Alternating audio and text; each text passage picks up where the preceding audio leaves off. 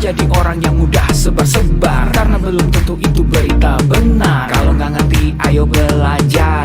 Mulailah curiga jika sudah suruh-suruh. Sebarkanlah, hey, tunggu dulu. Periksalah kalimat, kok banyak tanda seru. Banyak huruf besar, mata gue jadi ngilu. Coba dicari beritanya dulu, mendingan begitu daripada keliru. Apa untungnya sebar kabar palsu, daripada nanti kamu yang malu. Cek dulu, daripada nanti kamu yang malu. Cek dulu, siapa tahu hoax. Yup. Hello,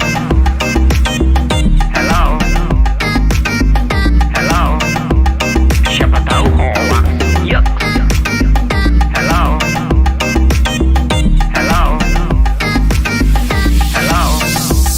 siapa tahu hoax. Hoax itu konten yang negatif, tujuannya itu ya provokatif. Paling cocok buat orang yang sensitif. Kalau ke gue ya gak efektif, tapi semua suka yang positif. Misalnya video yang inspiratif, meme yang lucu, itu juga sip. Positif, kreatif, dan produktif. Coba dicari beritanya dulu, mendingan begitu daripada keliru. Apa untungnya sebar kabar palsu, daripada nanti kamu yang malu. Cek dulu, daripada nanti kamu yang malu. Cek dulu, siapa tahu hoax. Yup. Hello,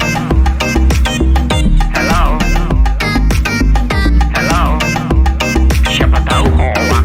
Yup. Hello,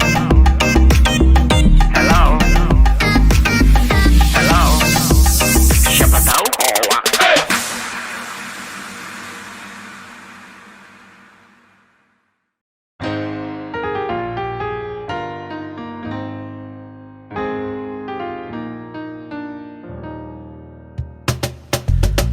Tolong aku melolong, baca sosmed bikin aku bengong.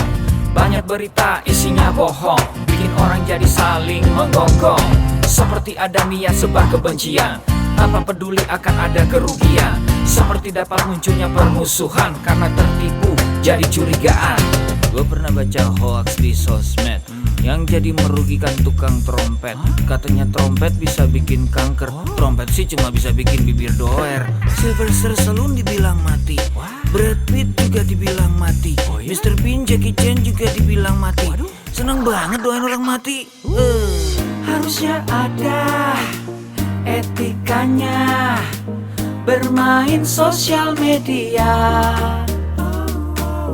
Tak bisa asal mengirim tanpa dipikirin, bisa fatal akibatnya. Bersihkanlah udara kita dari kebencian. Sebarkan saja cintamu untuk Indonesia. Wahai kepada pengguna sosmed, mari bersatu sampai lengket. Jagalah persatuan, jangan lobet. Hati-hati banyak tukang copet. Hey, jangan sampai salah posting, bisa bikin orang jadi pusing. Cek dulu itu penting, jangan jadi cepat terpancing. Gue pernah takut salah minum, karena bahaya buat tulang sumsum. Hampir semua merek disebutkan, gara-gara itu gue kehausan. Gue tertipu isu PKI, katanya jutaan sudah dipersenjatai. Akibatnya gue keluar biaya, bikin persembunyian bawah tanah. Harusnya ada etikanya bermain sosial media. Tak bisa asal mengirim tanpa dipikirin, bisa fatal akibatnya. Bersihkanlah udara kita dari kebencian. Sebarkan saja cintamu untuk Indonesia. Bersihkanlah udara kita dari kebencian. Sebarkan saja cintamu untuk Indonesia.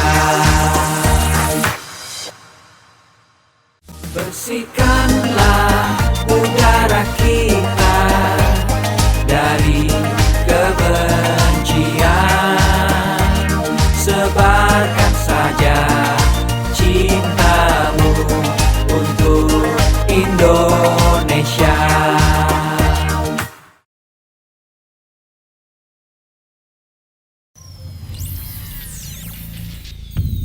Selamat datang di Indonesia Makin Cakap Digital, langsung dari 34 provinsi, 514 kabupaten kota, diikuti lebih dari 500.000 talenta digital. Inilah Indonesia Makin Cakap Digital.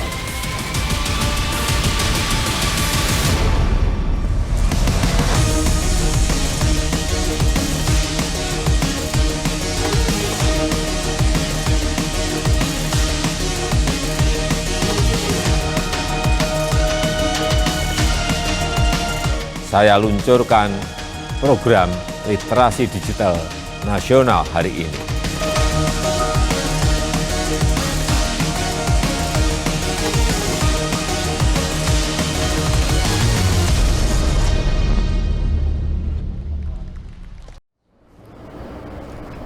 Indonesia Makin Cakap Digital, Gerakan Nasional Literasi Digital 2021. Halo, saya ucapkan selamat pagi untuk Kabupaten Ketapang, Kalimantan Barat. Assalamualaikum warahmatullahi wabarakatuh. Shalom, Om Swastiastu, Namo Buddhaya, salam kebajikan. Apa kabarnya teman-teman pada pagi hari ini? Semoga dalam keadaan sehat walafiat dan tetap bersemangat sehingga bisa memberikan hal positif di dunia nyata dan juga dunia maya. Senang sekali tentunya saya Seti Dejo selaku moderator bisa hadir di hadapan teman-teman seluruhnya pada hari ini Sabtu 11 September 2021 dengan tema besar kita yakni mengenal jenis aplikasi yang tepat di era digital, dan acara ini diinisiasi oleh Kemkominfo, Indonesia Maju dan juga Siberkreasi. Teman-teman, seperti yang kita ketahui bahwa zaman terus saja berkembang, teknologi informasi dan komunikasi di Indonesia terus berkembang juga. Masyarakatnya memiliki kemudahan untuk menggunakan internet dan penetrasi pengguna internet di Indonesia mencapai 73,3%, yang dimana menghantarkan Indonesia menjadi pasar ekonomi digital terbesar se-Asia Tenggara.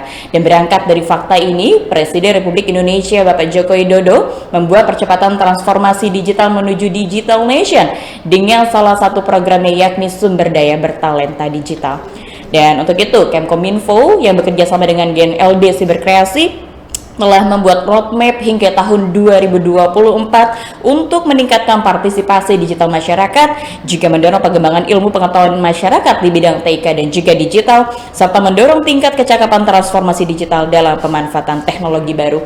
Dan dalam peta ini tentunya dirumuskan 4 kerangka dalam menyusun kurikulum literasi digital. Yang pertama ada digital skills, selanjutnya ada digital ethics, digital safety, dan juga digital culture.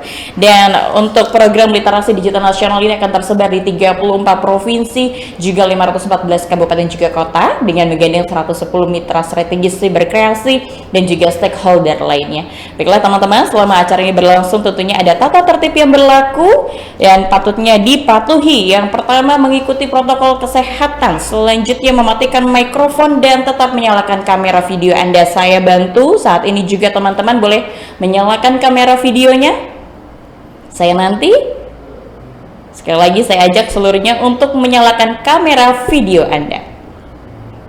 Saya pantau dari sini banyak sekali yang belum menyalakan kamera video. Ada Kak Putri Nur Octavia, boleh menyalakan kamera video. Kak Poniadi sudah menyalakan. Selanjutnya silakan, saya pantau dari sini. Ya teman-teman, kembali saya mengingatkan untuk menyalakan kamera video selama acara webinar ini berlangsung ya. Saya lanjutkan kembali, tidak diperkenankan coret-coret layar, tidak diperkenankan menyela pada saat narasumber sedang presentasi. Silakan mengerjakan pretest dan juga post test yang akan berkaitan dengan e-sertifikat. Sekali lagi saya ingatkan, nanti ketika link itu kami berikan di kolom chat, silakan mengerjakan pretest dan juga post test untuk teman-teman bisa mendapatkan e-sertifikat di akhir acara. Jadi saya himbau untuk teman-teman seluruhnya bisa mengikuti acara webinar ini hingga akhir untuk bisa mendapatkan e-sertifikat. Dan aplikasi Siberkreasi bisa di-download melalui App Store dan juga Google Play. Marilah teman-teman, sebagai bentuk rasa cinta tanah air kita, bersama-sama kita akan menyanyikan lagu kebangsaan Indonesia Raya 3 stansa yang akan diikuti arahan dari Presiden Republik Indonesia Bapak Joko Widodo.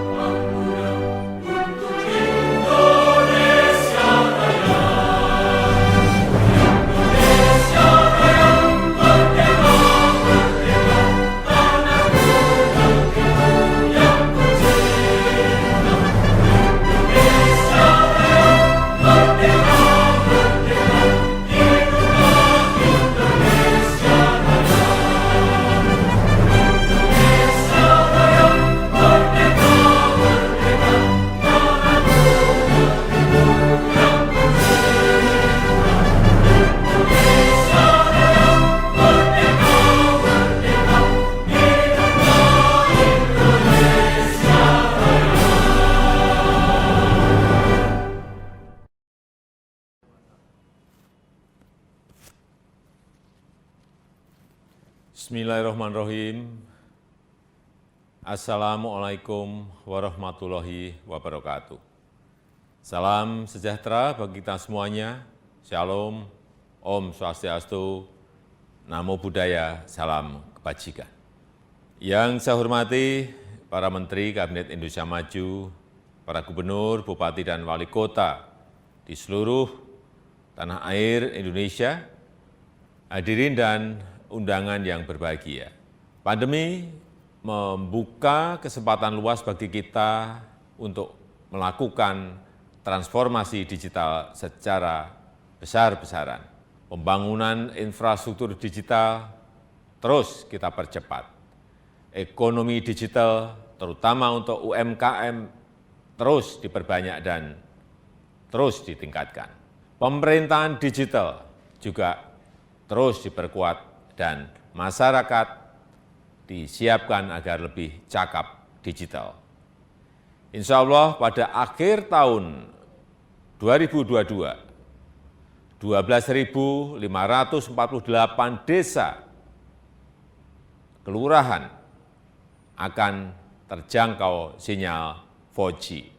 Percepatan 10 tahun lebih maju dari rencana sebelumnya yang selesai pada tahun 2032. Infrastruktur digital tidak berdiri sendiri. Jadi saat jaringan internetnya telah tersedia, harus diikuti kesiapan pengguna internetnya agar manfaat positif internet dapat dioptimalkan untuk membuat masyarakat semakin cerdas dan produktif. Sebaliknya, efek negatifnya harus dapat terus ditekan, terus diminimalkan. Bapak Ibu yang saya hormati, tantangan di ruang digital semakin besar, sangat besar. Konten-konten negatif terus bermunculan. Kejahatan di ruang digital terus meningkat. Hoax, penipuan daring, perjudian, eksploitasi seksual pada anak, perundungan siber, ujaran kebencian, radikalisme berbasis digital perlu terus diwaspadai karena mengancam persatuan dan kesatuan bangsa. Kewajiban kita bersama untuk terus meminimalkan konten negatif, membanjiri ruang digital dengan konten-konten positif, banjiri terus, isi terus dengan konten-konten positif. Kita harus tingkatkan kecakapan digital masyarakat agar mampu menciptakan lebih banyak konten kreatif yang mendidik, yang menyejukkan, yang menyerukan perdamaian.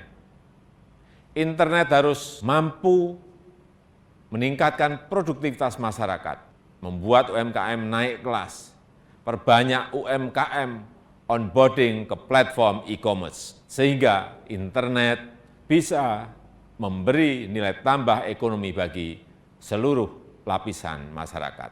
Hadirin sekalian, literasi digital adalah kerja besar. Pemerintah tidak bisa bekerja sendirian.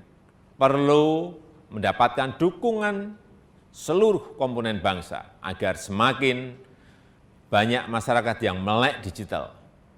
Saya memberikan apresiasi kepada 110 lembaga dan berbagai komunitas yang terlibat dalam program literasi digital nasional ini.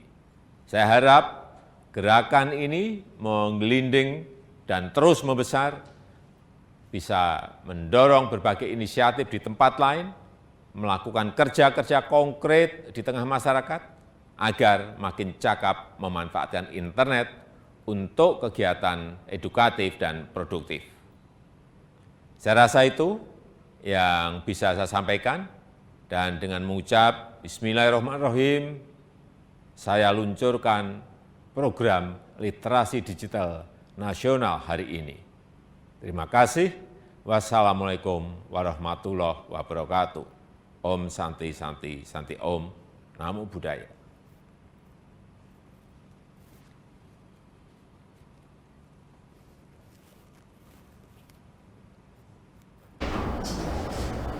Demikian teman-teman, kita sudah mendengarkan arahan dari Presiden Republik Indonesia Bapak Joko Widodo yang sudah menginformasikan terkait program literasi digital nasional di Indonesia. Dan bersama-sama juga kita akan mendengarkan keynote speech yang akan disampaikan oleh Dirjen Aplikasi Informatika yang terhormat Bapak Samuel Abrijani Pangerapan BSC. Dipersilakan. Pastikan kita selalu menerapkan protokol kesehatan dengan menggunakan masker, menjaga jarak, dan selalu cuci tangan. Assalamualaikum warahmatullahi wabarakatuh. Salam sejahtera bagi kita semua. Om Swastiastu, Namo Buddhaya, salam kebajikan. Rekan-rekan yang saya hormati, puji syukur kita panjatkan kehadirat Tuhan Yang Maha Esa. Atas berkat dan rahmatnya, kita dapat berkumpul secara virtual dalam keadaan sehat di tengah situasi pandemi COVID-19. Semoga kita semua senantiasa dilimpahi dengan kesehatan dan damai sejahtera dalam upaya kita melawan pandemi COVID-19. Menjadi kebanggaan tersendiri bagi saya untuk membuka acara ini, di mana acara ini merupakan sebuah kegiatan yang diadakan oleh Kementerian Kominfo bekerja sama dengan Cyber Kreasi di bawah kerangka program literasi digital. Sebagaimana yang telah kita ketahui bersama, kehadiran pandemi dan pesatnya perkembangan teknologi telah mengubah cara kita beraktivitas dan bekerja. Kehadiran teknologi sebagai bagian dari kehidupan masyarakat inilah yang semakin mempertegas bahwa kita sedang menghadapi era disrupsi teknologi. Untuk menghadapi hal tersebut, kita semua harus mempercepat kerjasama kita dalam mewujudkan agenda transformasi digital Indonesia. Rekan sekalian yang berbahagia, salah satu pilar penting dalam mendukung terwujudnya agenda transformasi digital adalah menciptakan masyarakat digital, di mana kemampuan literasi digital masyarakat memegang peranan penting di dalamnya.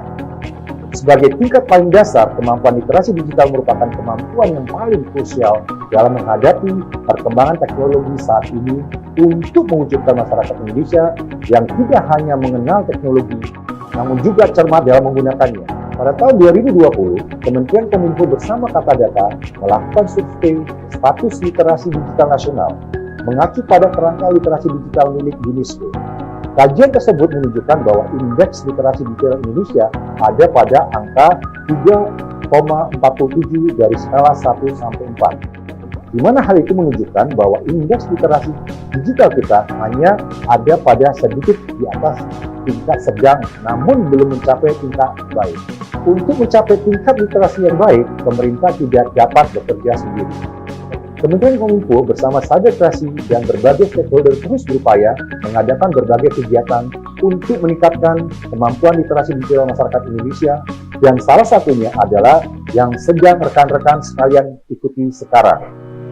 Rekan-rekan yang saya hormati, dalam menghadapi perkembangan teknologi yang sangat cepat, literasi digital merupakan kunci dan fondasi utama harus kita semua miliki.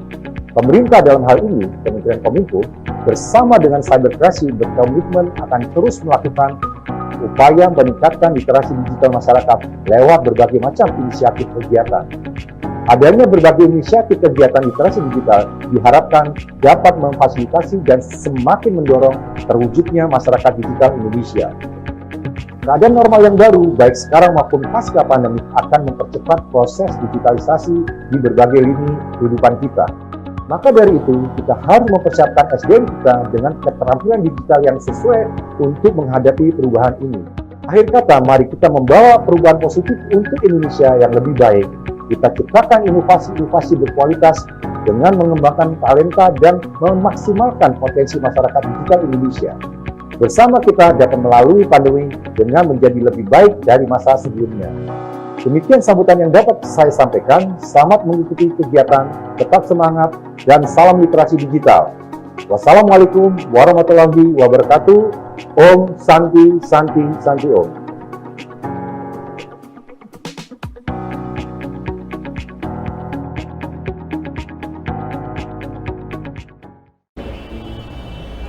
Demikian juga teman-teman, kita sudah mendengarkan keynote speech yang sudah disampaikan sekali lagi dari Dirjen Aplikasi Informatika yang tentunya terkait dengan literasi digital nasional di Indonesia. Dan bersama-sama teman-teman, kita sebelum memasuki acara inti, kita menundukkan kepala sejenak, berdoa untuk memohon kelancaran acara webinar, dan kita juga berdoa untuk keadaan Indonesia bisa kembali pulih dan aman dari penyebaran virus corona. Berdoa dipersilakan.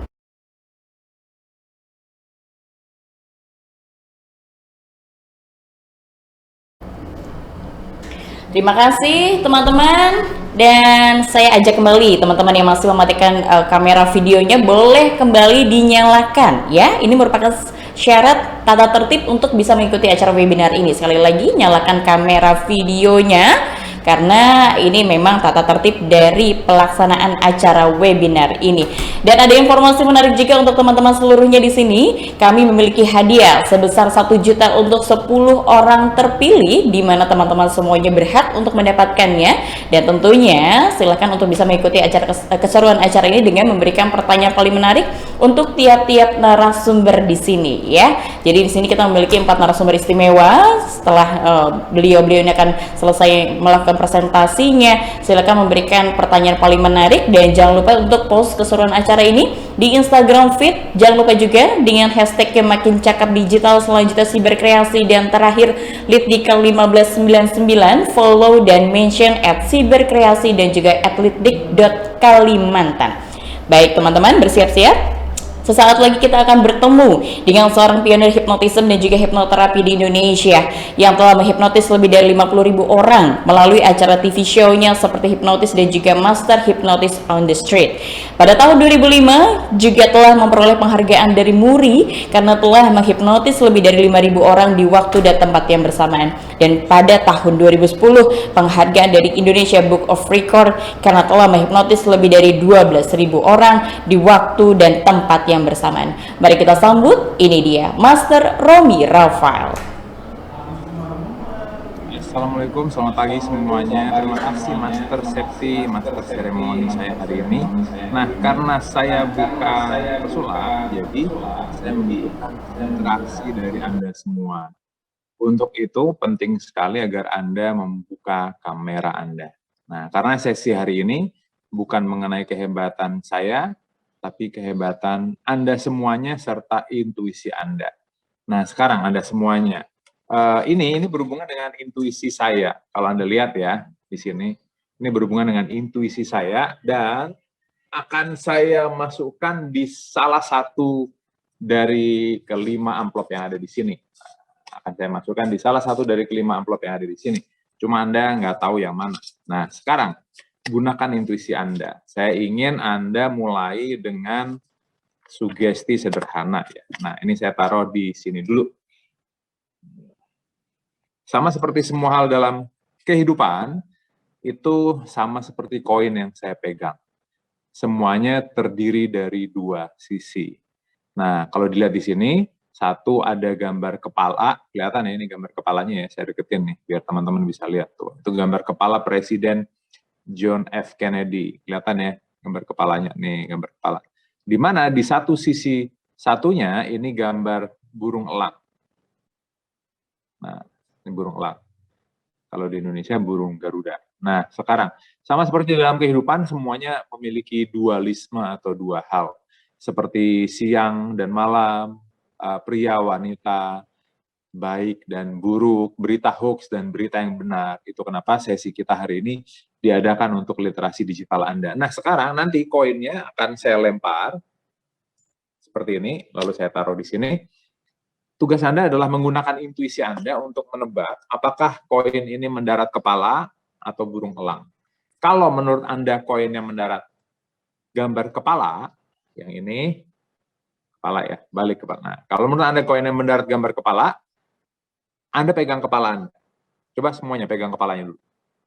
Semuanya. Oke, bagus. Lucky Saputra, keren. Oke, Nabila. Nabila benerin hijab atau pegang kepala tuh Nabila. Oke. Naufal, boleh Naufal pegang kepala. Eko Suprianto, bagus pegang kepala. Hera Kurnia, pegang kepala. Kalau menurut Anda, kepala. Kan yang di sini diuji adalah intuisi Anda. Kalau menurut Anda nanti mendaratnya itu gambar elang, elang ya, bentuk seperti burung elang. Gimana burung elang? Semuanya bentuk seperti burung elang. Lucky Saputra, bagus. Sayapnya lebar banget Lucky. Oke, Naufal bagus, Nabila, oke, Eko mau, oke, bentuk seperti burung elang, Eko Suprianto. Gimana burung elangnya kok? Nah, seperti gini. Nah, oke. Siva Azara, Naufal Mulia, Nabila, oke, Nabila bentuk seperti burung elang. Oke, ya. Oke. Nah, itu kalau menurut Anda burung elang. Nah, sekarang kita tes intuisi Anda. Sebelum saya lempar, Menurut Anda, mendarat kepala atau burung elang? Tentukan pilihan Anda. Kalau menurut Anda kepala, pegang kepala Anda. Kalau menurut Anda burung elang, bentuk seperti burung elang. Dan jangan berubah. Nabila maunya gimana? Siva maunya gimana? Siva, Naufal, Eko, oke, Eko udah pegang kepala. Naufal maunya gimana? Menurut kamu, menurut intuisi kamu, nanti mendaratnya kepala atau burung elang? Oke, Nabila burung elang. Siva, menurut Siva apa? Cepat. Cepat, tentukan pilihan kamu. Kepala, oke. Kalau sudah menentukan pilihan, Hera pegang kepalanya. Kalau sudah menentukan pilihan, jangan bergerak ya. Sekarang saya lempar ya. Kita lihat sama-sama. Kita lihat sama-sama apakah intuisi Anda benar atau salah. Dan di sini setelah saya lempar, ini adalah gambar kepala. Oke, kalau Anda kepala berarti intuisi Anda bagus. Tapi bisa jadi kebetulan, kan cuma dilempar satu kali, kan 50-50, 50-50. Untuk itu saya ulang kedua kali. Nah sekarang, lemparan yang kedua, menurut Anda kepala atau elang? Lemparan kedua. Menurut Anda apa? Lemparan kedua, kepala atau elang? Oh, oke, ada yang kepala lagi ya. Nabila, menurut kamu apa Nabila, kepala atau elang? Naufal kepala lagi, Eko kepala lagi, Siva kepala lagi, Nabila, oke, Nabila tetap burung. Awaludin nggak tahu pusing, nggak tahu pegang kepala ya. Oke, oh pegang kepala Awaludin. Oke, jangan bergerak ya. Andri nggak tahu mau ngapain, Lucky pegang kepala, Eko kepala, oke, jangan bergerak, ini saya lempar lagi ya. Ikut, kita tes intuisi Anda. Kita tes intuisi Anda. Kalau bagus, berarti intuisi Anda benar. Kita lihat apakah intuisi Anda benar. Dan di sini, kepala lagi. Kalau Anda menebak kedua kali, berarti intuisi Anda bagus. Wah, Lucky senang tuh karena bagus. Eko tepuk tangan karena bagus. Siva benar. Oke, Nabila tadi burung. Oke, mungkin masih kebetulan. Untuk menguji apakah intuisi Anda benar, kita ulang terakhir kali. 3 kali ya kita ulang. Yang ketiga, menurut Anda, kepala atau burung? Pakai intuisi Anda. Menurut Anda, intuisi Anda bagus atau tidak? Menurut Anda, apakah kali ini lemparannya hasilnya kepala atau burung? Menurut Anda, coba tentukan pilihan Anda. Apakah hasilnya, oh, oke, Siva burung, Eko maunya apa Eko? Eko kepala lagi, Awaludin kepala lagi, Nabila maunya apa?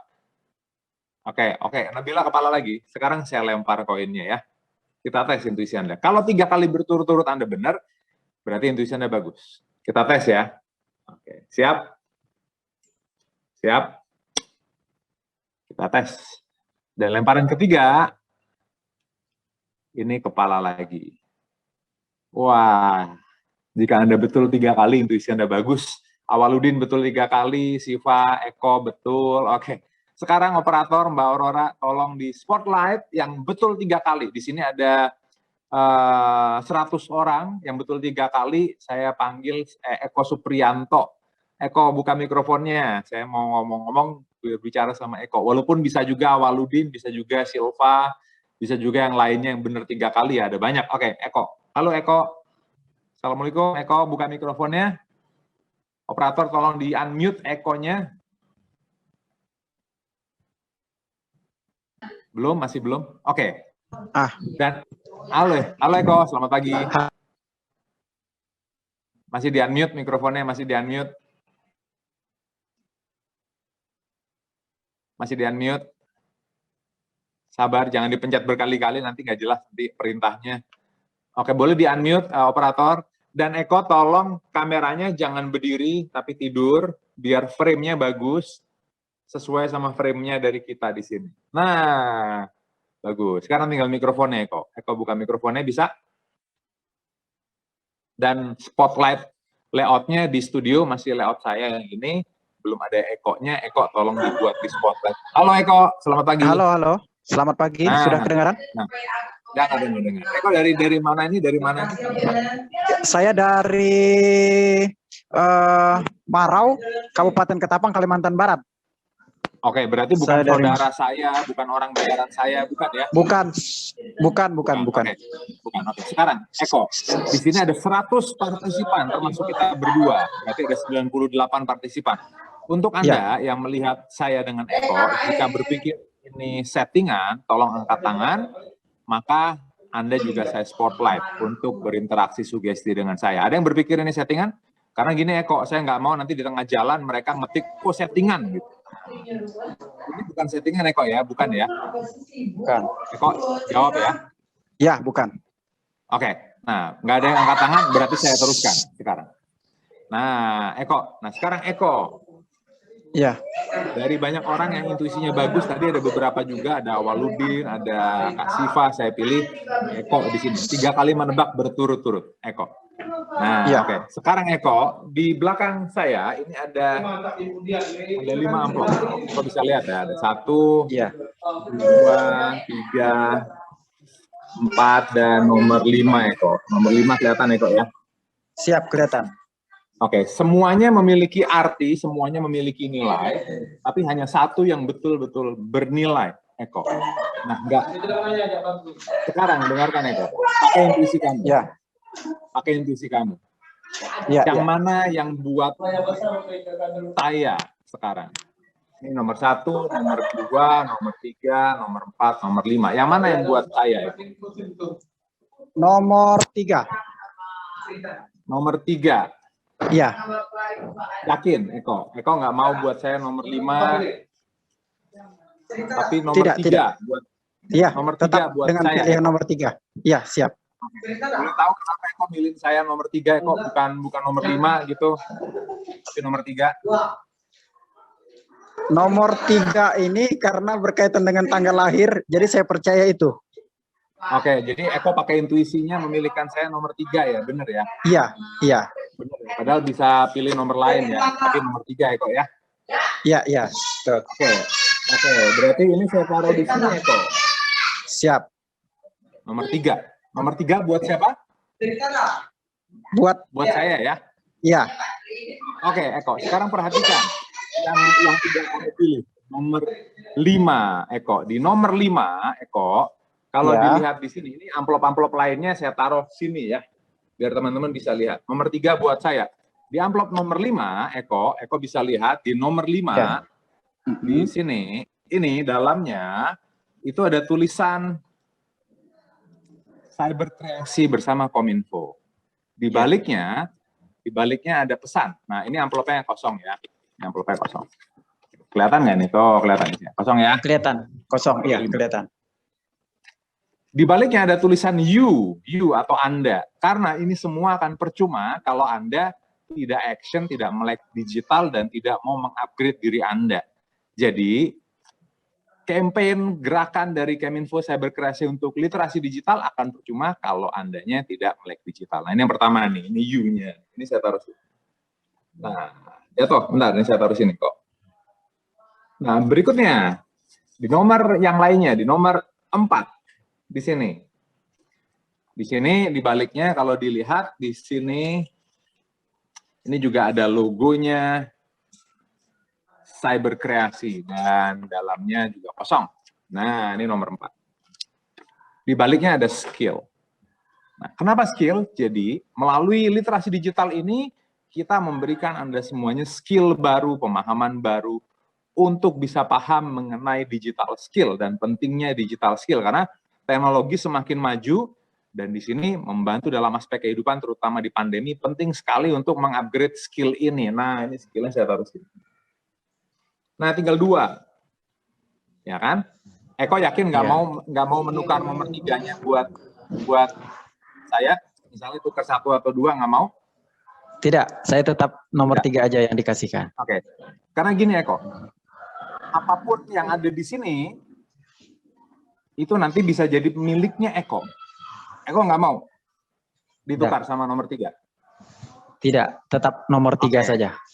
Oke, ingat, yang buat saya, yang nggak dipilih itu buat Eko. Oke. Nah sekarang di nomor 1 di sini kalau dilihat, ini isinya sama dari Kominfo, dan di sini bagian dalamnya juga kosong. Oke, tulisannya adalah safety. Kenapa safety? Ya sudah jelas. Karena dengan melek digital itu menjaga keamanan Anda, termasuk menjaga keamanan negara kesatuan Indonesia untuk bebas dari hoax dan berita bohong serta berita tidak benar lainnya. Nah, kesempatan terakhir, Eko. Nggak mau tukar? Bisa jadi kalau tukar nomor 3 buat kamu, nomor 2 buat saya. Ingat, nggak mau tukar? Bisa jadi nomor 3 buat kamu, nomor 2 buat saya, atau nomor 2 buat saya, nomor 3 buat kamu. Tetap nomor 3 saya kasihkan, karena saya yakin nomor itu pasti membawa keberuntungan. Asik. Berarti nomor 3 buat saya ya. Iya, siap. Nomor 2 buat kamu ya. Siap. Oke, di nomor 2 di sini kalau dilihat itu ada logonya Cyber Kreasi dari Kominfo dan di baliknya ada pesan tentang culture. Jadi ini adalah gerakan untuk membangun sebuah kultur budaya digital yang sehat, bersih, aman, dan penuh etika. Nah, ini saya taruh di sini. Tadi saya kasih kesempatan, kamu nggak mau, dan nomor 3 buat saya. Terima kasih Eko, karena memang di sini isinya buat saya di sini Eko. Ini harusnya buat kamu, tapi kamu nggak mau, ya sudah, ini buat saya saja. Terima kasih uangnya Eko. Nah, seperti tadi saya bilang, terima kasih uangnya lumayan di era pandemi ini. Tadi saya kasih pilihan suruh tukar, kamu nggak mau. Nah, di dalamnya ini itu ada, ada uang sisa, lupa nih, kelupaan. Nah, oke. Nah, di dalamnya ini itu ada surat. Di sini ini ada surat, ini berhubungan buat kamu. Nah, ini saya tunjukin ya. Ini nanti saya tunjukin tapi saya taruh sini. Ingat, gelas ini mewakili kamu, Eko. Ya, ingat gelas ini mewakili siapa? Saya. Oke. Nah, sekarang saya tunjukin. Harusnya kamu dapat 100, 200, 300, 400, 550 harusnya kamu dapat ya. Ya, 100, 200, nih 300, 400, 550. Cuma tadi kamu disuruh tukar, nggak mau, ya kan? Iya. Oke, Eko. Saya kasih kesempatan lagi ya. Nah, sekarang Eko, dengan uang ini ya, saya kasih kesempatan lagi sama Eko. Nah, sekarang Eko, ingat gelas itu mewakili siapa? Saya. Kamu. Oke, gelas itu mewakili kamu. Nah, ini saya sandarin di buku di sini, jadi bisa lihat ya di buku ya. Iya. Oke. Sekarang Eko, yang mana yang buat gelas itu? Yang mana yang buat kamu? Yang 100 atau 50? 50. Oh, kamu nggak mau yang 100? 50 aja? 50. 50, oke, baik sekali kamu. Ini saya taruh di sini ya. Oke, berikutnya Eko. Ini pakai uang sisanya yang lainnya. Sekali lagi Eko. Ini saya taruh sini. Yang mana yang buat kamu? Yang mana yang buat gelas itu? Masih di 50. Oh, baik sekali kamu Eko. Berarti 100-nya nggak mau ya. Oke, nih berikutnya Eko. Saya kasih pilihan lagi Eko. Nah, sekarang agak membingungkan pilihannya. Yang atas atau yang bawah? Yang kamu sebutkan itu yang buat kamu. Saya yang bawah. Wah, berarti kamu nggak mau di paling atas ya, nggak mau menonjol ya. Kamu orangnya pasti rendah hati tentunya. Baik sekali kamu. Oke, sekarang Eko, ini uang-uang lainnya. Oke, ini saya acak-acak lagi. Oke, Eko. Sekarang Eko, kita mainkan lagi pikiran kamu ya, Eko ya. Oke, 2 sekarang. Ini yang nggak kamu pilih nih. Berarti yang nggak kamu pilih buat saya, karena gelas itu mewakili siapa? Gelas itu mewakili? Saya. Mewakili Eko. Oke, berarti yang di buku itu buat saya. Nah, sekarang Eko, kita balik posisinya ya. Posisinya kita balik, sekarang saya pegang 100 dan 50 Eko. Sekarang dengarkan kata-kata saya Eko ya.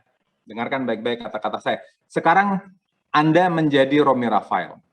Anda menjadi siapa?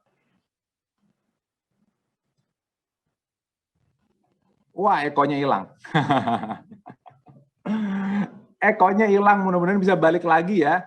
Nah, teman-teman masih lihat ya gelasnya nggak kemana-mana. Sekarang kalau Ekonya hilang, saya minta siapa lagi yang di spotlight tadi,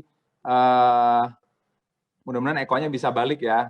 Tadi siapa? Awaludin ya? Awaludin tadi 3 kali berturut-turut, bener ya Awaludin ya? Bener ya Awaludin ya? Awaludin? Oke, bener ya? Awaludin bener ya? Oke, atau ini saya minta di spotlight, saya sambil cari penonton saya ya, tinggal 2 nih soalnya. Dan waktu saya udah 17 menit lagi nih gara-gara Ekonya hilang. Oke, nggak apa-apa ya, namanya juga kendala. Nah, sekarang saya swipe. Boleh Mbak Aurora di spotlight atas nama Safa Nazwa Aurelia. Mana Safa Naswa Aurelia, boleh di spotlight siapa? Mohon izin, Master Romi. Mana sampahnya? Master Romi, Mas Eko-nya sudah kembali tuh.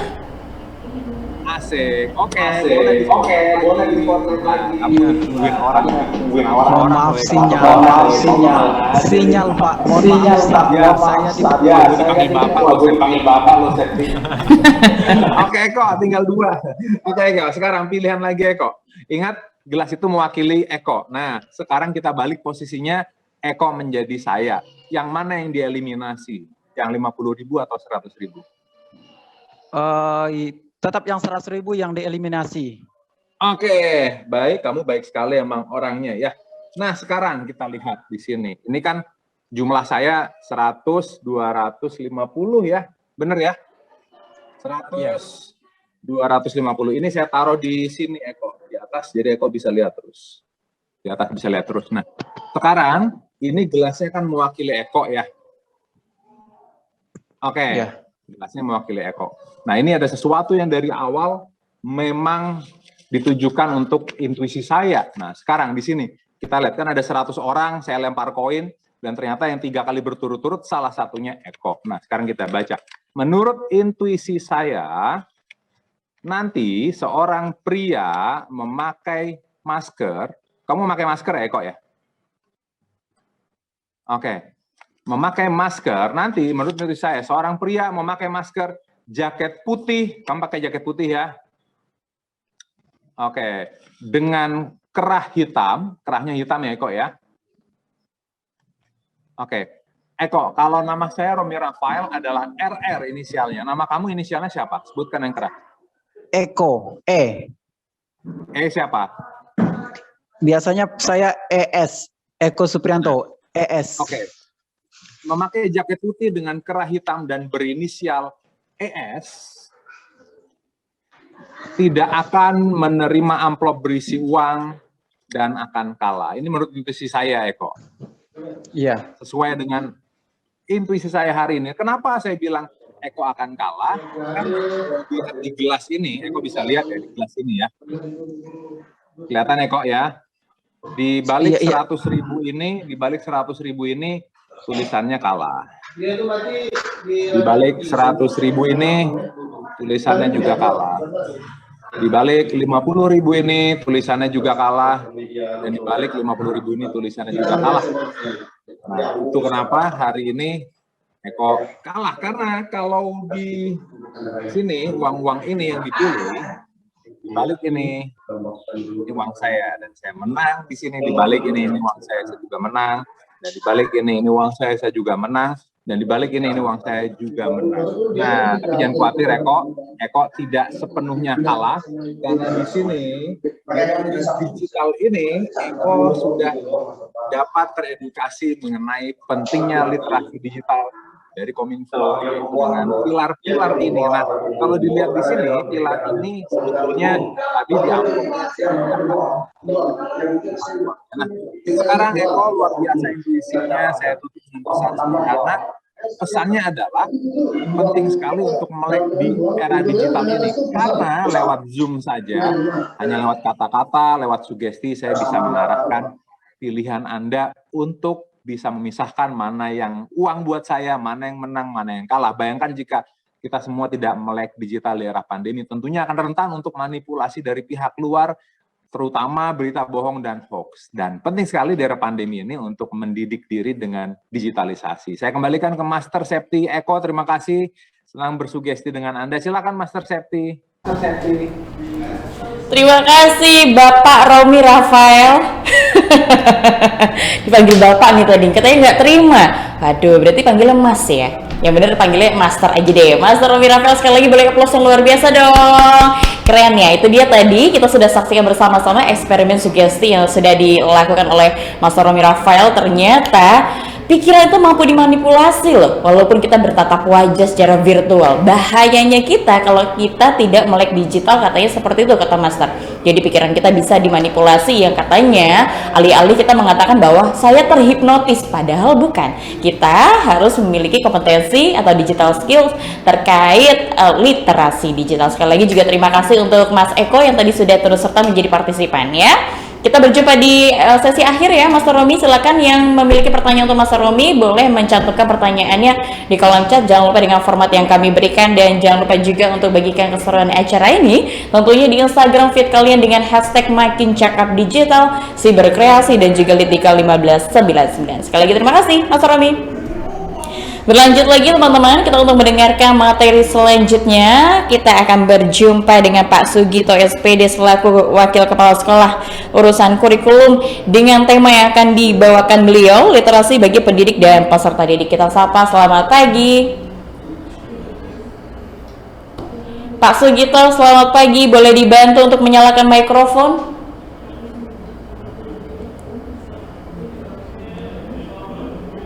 Pak Sugito.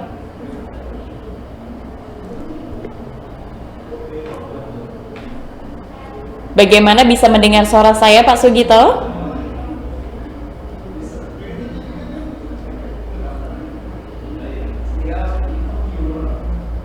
Pak Sugito?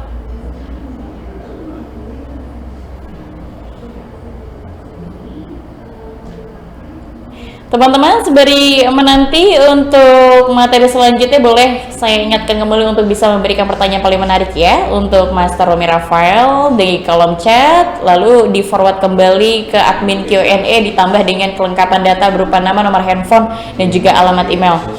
Kembali saya turut menyapa Pak Sugito, bisa mendengar suara saya? Mikrofonnya Bapak boleh dinyalakan, ada gambar mikrofon. Boleh dipencet Pak.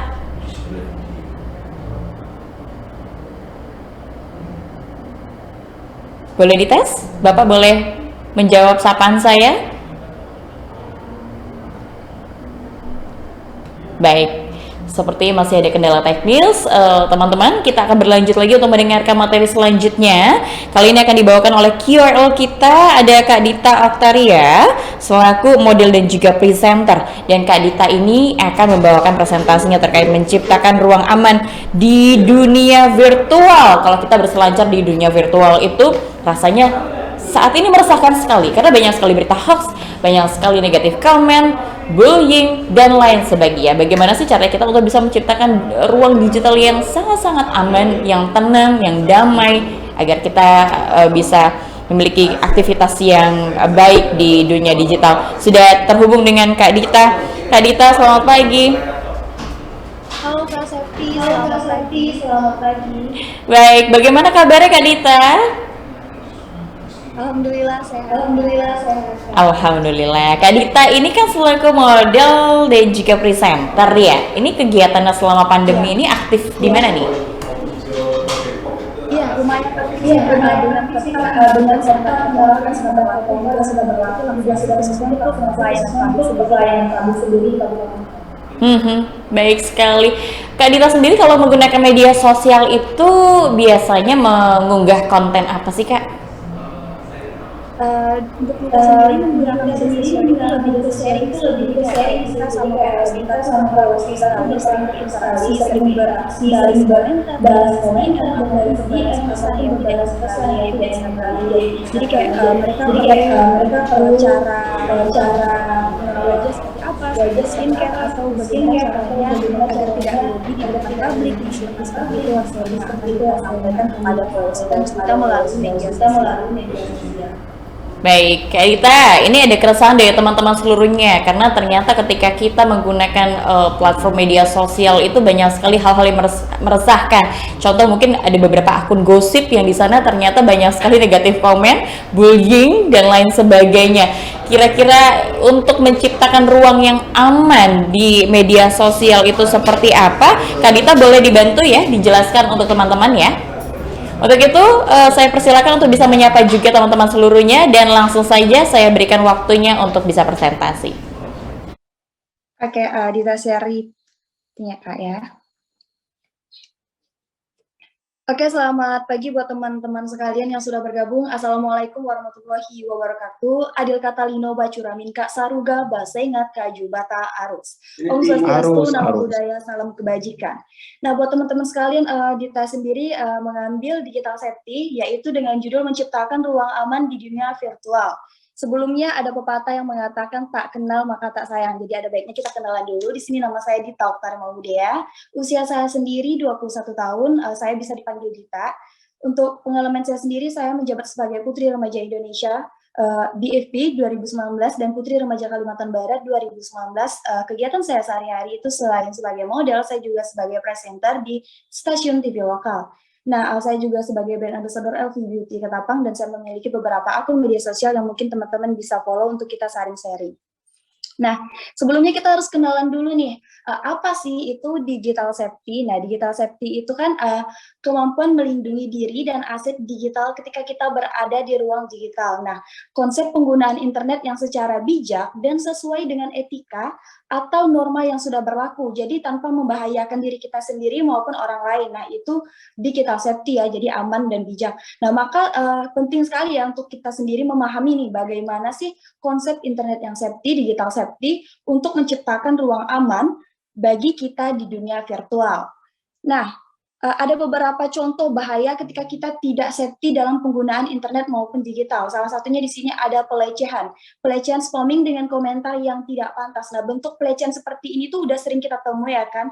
Mungkin teman-teman sekalian sering melihat atau scroll foto-foto di Instagram, terus kalian beralih ke kolom komentar. Nah, di kolom komentar itu tak jarang ya kita temukan beberapa komentar-komentar yang nyeleneh, seperti di samping ini ada beberapa yang kita cantumkan seperti aduh ngilu ya balik ke kamar mandi lagi ya kan. Nah, itu tuh tanpa kita sadari sudah masuk ke dalam spamming komentar yang mengarah ke arah pelecehan seksual, teman-teman sekalian. Nah, setelah itu di sini ada yang namanya itu perundungan. Cyberbullying merupakan kejahatan yang dilakukan secara sengaja dalam bentuk fitnah, cemooh, kata-kata kasar, atau ancaman bahkan hinaan. Nah, di samping ini udah kita kasih contoh ya, mungkin teman-teman tahu ini artis Korea ya, Suli. Dia itu meninggal karena melakukan bunuh diri di apartemennya. Karena apa? Karena ya itu, dia tuh mendapatkan bully dari komentar-komentar kan. Nah, ini tuh salah satu kejahatan yang bermulai dari perilaku merendahkan martabat dan mengintimidasi orang melalui media sosial. Kita tidak tahu ya mental orang masing-masing itu kan beda-beda ya. Nah, tujuannya agar korban itu target yang mengalami gangguan psikis. Nah, gangguan psikis ini tuh sangat bahaya sekali ya, seperti si Suli ini kan dia sampai melakukan percobaan bunuh diri, bukan melakukan lagi, sudah terjadi bahkan sudah meninggal kan. Nah, itu sangat kita sayangkan sekali sih buat teman-teman yang mengetik tanpa berpikir dulu. Nah, yang di sini salah satunya contoh ada doxing. Doxing itu tindakan mengumbar data personal seseorang ke dalam internet untuk tindakan kejahatan. Alasan lain yang dimiliki orang-orang ya untuk melakukan doxing ini adalah untuk mempermalukan pihak yang ditarget atau untuk mempermalukan korban tersebut. Nah, hal tersebut itu dilakukan dengan menyebarkan informasi ya, baik itu foto, video, ataupun data-data pribadi orang tersebut. Nah, seperti ini tuh udah termasuk ke dalam situasi di mana seseorang mempraktekkan yang namanya relasi kuasa. Nah, ketika seseorang berupaya untuk menguasai seseorang ya kan, maka dia tuh akan mengambil tindakan-tindakan yang bisa mengintimidasi orang tersebut. Nah, kenapa ini menjadi alat yang digunakan pelaku untuk exercising relasi kuasa? Ya karena kita berada di mindset lingkungan kita ya, di mana perempuan yang terlihat telanjang itu adalah merupakan suatu aib. Nah, jadi ketika perempuan itu merasa itu aib, dan ketika itu disebar dan tereksploitasi, dia tuh akan merasa terintimidasi. Jadi maka pelaku menggunakan itu tuh untuk memperalat si korban agar patuh dan menurut kepada si pelaku.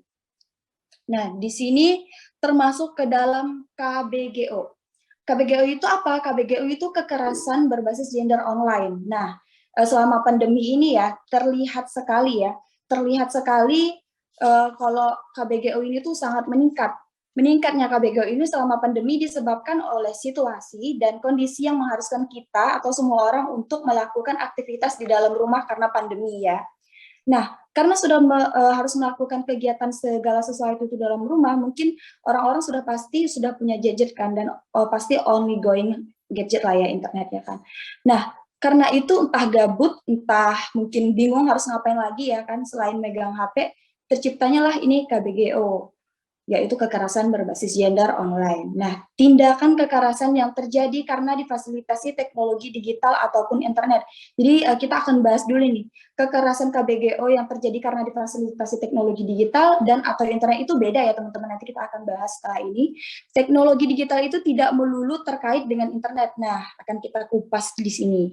Contoh yang difasilitasi teknologi digital dengan internet dan tanpa internet. Di sini singkat saja ya, WhatsApp. Teman-teman pasti tahu WhatsApp kan atau WA. Nah, WA itu kan adalah aplikasi pesan dengan aplikasi pesan atau chatting apps ya, yang hanya berfungsi jika terhubung ke dalam internet. Tetapi SMS tidak. SMS itu kan hanya handphone ya, dan itu termasuk ke dalam teknologi digital. Nah, bedanya SMS tidak memerlukan jaringan internet. Jadi itu bedanya ya kalau fasilitas teknologi digital dengan internet dan tanpa internet. Paham ya teman-teman sekalian? Nah, jadi apakah kekerasan melalui SMS itu masuk ke dalam KBGO? Jelas, karena handphone itu kan termasuk ke dalam teknologi digital, teman-teman. Nah, contoh lainnya ya, seperti pelaku yang menyimpan konten intim dari korban. Pelaku itu menyimpannya secara offline, tidak disebarkan ke internet ya, hanya di dalam galeri, tidak terkoneksi ke dalam internet sama sekali. Lalu apakah itu juga termasuk Kadita ke dalam barang bukti KBGO? Ya tetap masuk, karena itu kan memang difasilitasi teknologi digital dan disimpan dari dalam format digital walaupun tidak terkoneksi ke dalam internet. Nah, dampak apa-apa saja sih yang bisa kita rasakan jika terkena KBGO ini? Nah, dampaknya itu yang di sini pertama, kerugian psikologis sudah pasti ya, seperti beberapa contoh yang tadi udah kita bahas. Kerugian psikologis ini tuh berupa depresi, kecemasan, ketakutan. Ada juga pada titik tertentu para korban tuh menyatakan pikiran untuk bunuh diri, seperti contoh korban tadi ya yang artis Korea. Nah, itu tuh sangat bahaya sekali dan sangat fatal ya, karena bisa melayangkan nyawa seseorang itu sudah sangat fatal sekali. Yang kedua di sini ada keterasingan sosial. Nah, keterasingan sosial tuh dengan dia menarik diri dia sendiri di kehidupan publik, termasuk keluarga ataupun teman-teman. Ya, hal ini tuh terutama berlaku untuk perempuan ya, untuk perempuan yang merasa fotonya sudah disebar dan beberapa pasang mata yang udah melihat bagian-bagian mana saja yang sudah tereksploitasinya. Nah, itu tuh bisa menyebabkan seseorang untuk melakukan kekerasan sosial karena tanpa persetujuan dan membuat mereka tuh merasa dipermalukan ya dan diejek di tempat-tempat umum. Nah, yang ketiga di sini adalah kerugian ekonomi. Nah, kenapa bisa masuk kerugian ekonomi sih di dampak dari KBGO ini? Ya iya teman-teman sekalian, karena mereka tuh kehilangan pekerjaan ya kan, karena orang tuh udah menganggap dia tuh kayaknya psikologis dia udah gak baik deh untuk diperkerjakan gitu. Nah, itu tuh bisa berdampak ke kerugian ekonomi tersebut.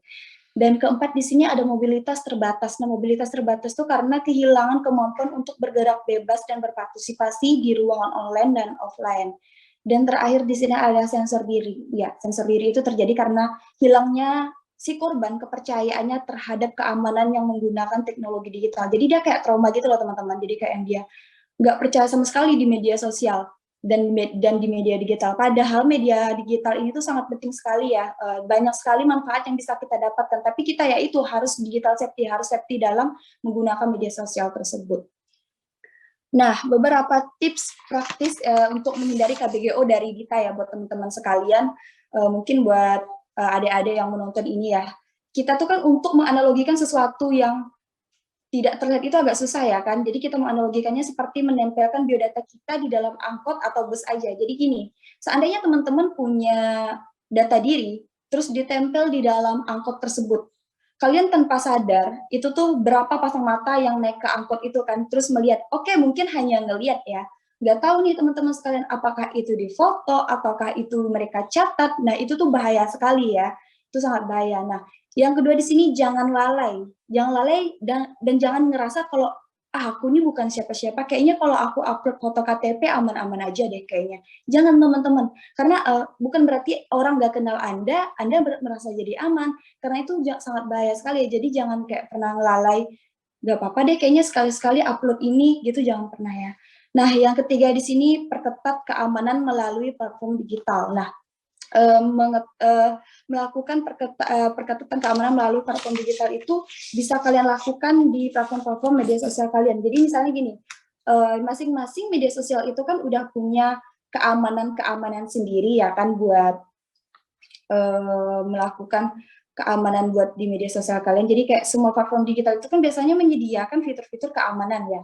Fitur-fitur keamanan yang membantu kita lebih aman di dunia virtual. Jadi teman-teman bisa melakukan privacy setting atau security setting. Nah, kita yang bisa menentukan diri kita sendiri amannya sampai level mana. Jadi teman-teman bisa sesuaikan, kayaknya ini nggak apa-apa deh kalau dipublish. Tapi kalian harus ingat resikonya apa yang akan kalian terima. Dan apa yang akan ditanggapi sama orang luar. Karena itu dikonsumsi oleh seluruh dunia ya.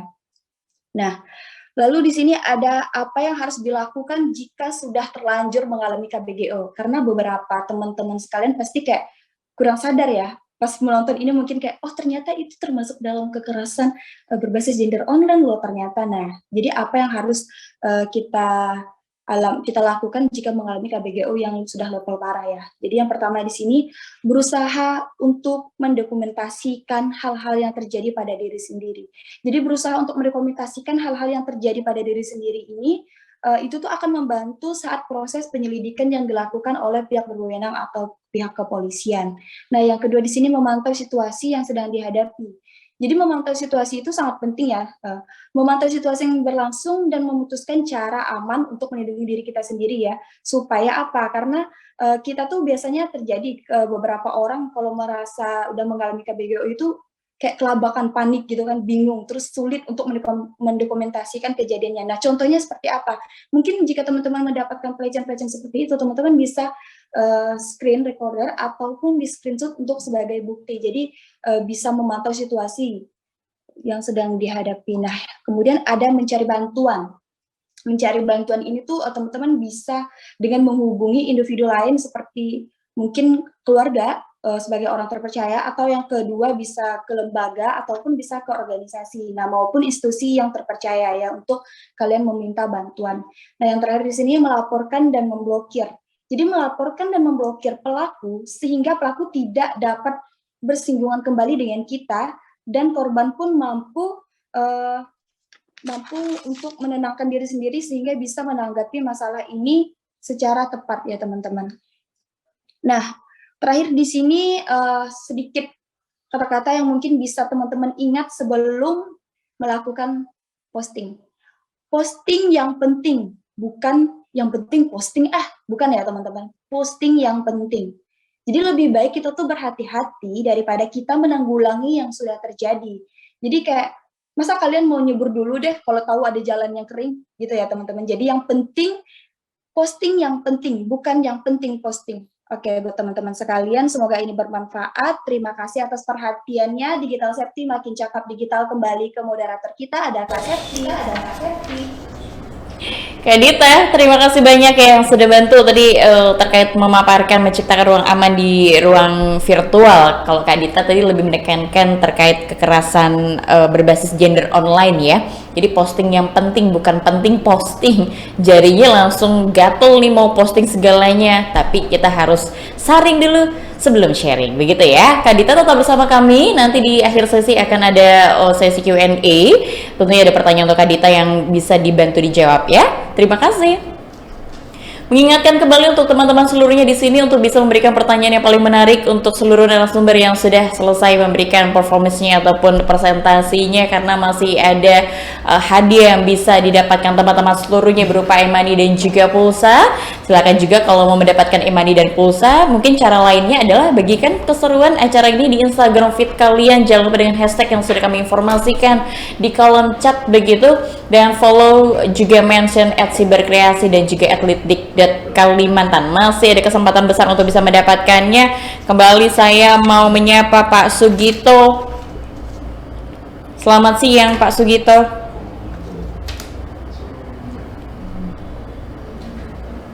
Pak Sugito, boleh dibantu untuk unmute, dinyalakan mikrofonnya Pak.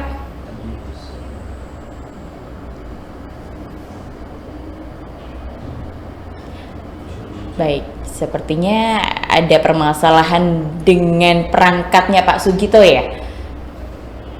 Kami coba kembali untuk menyapa Pak Sugito.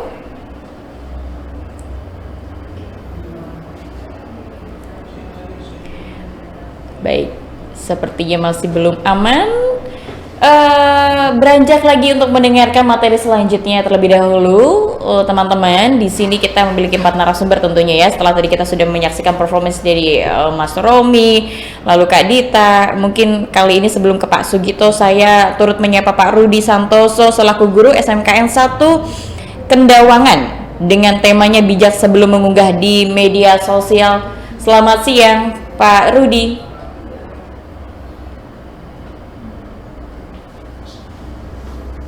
Ya, selamat siang. Baik, bagaimana kabarnya Bapak? Alhamdulillah baik. Alhamdulillah. Pak Rudi ini mengajar mata pelajaran apa nih Pak? Saya di jaringan, komputer jaringan dan akuntansi. Komputer akuntansi. Baik, ini sistem pelajaran di daerah Pak Rudi sendiri saat ini dengan sistem apa Pak? Apakah jarak jauh begitu yang menggunakan daring atau sekarang sudah bisa tatap muka Pak?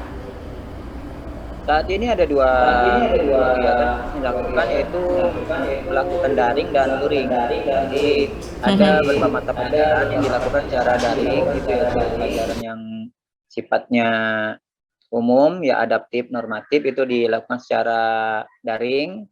Sedangkan untuk kejuruannya, itu produktifnya itu dilakukan secara luring, yaitu tatap muka. Meskipun pembatasan menggunakan jadwal-jadwal yang tidak sebagai ibaratnya mereka dibagi satu kelas tidak full gitu kan. Nah, itu. Baik, maka bisa dikatakan untuk kecanggihan teknologi di daerahnya Pak Rudi sudah memadai sekali ya di sana ya, hingga sampai terbentuk dengan sistem pengajaran jarak jauh. Alhamdulillah. Baik, Pak Rudi, dengan tema sekali lagi bijak sebelum mengunggah di media sosial, sudah siap Pak untuk bisa memberikan materi? Kami izinkan juga untuk bisa menyapa siswa-siswinya yang mengikuti dan langsung saja dilanjutkan untuk memberikan materi. Dipersilakan. Assalamualaikum warahmatullahi wabarakatuh. Apa kabar anak-anakku yang ada di SMK Negeri 1 Kendawangan? Semoga kalian sehat-sehat selalu. Dan terima kasih sudah ikut bergabung di Zoom literasi digital. Dan terima kasih Kak Iwi yang telah memberikan waktu untuk menyampaikan materi. Dan selamat siang Master Romi Rafael selaku Master Dosen. Saya akan menyampaikan materi tentang bijak sebelum mengunggah di media sosial.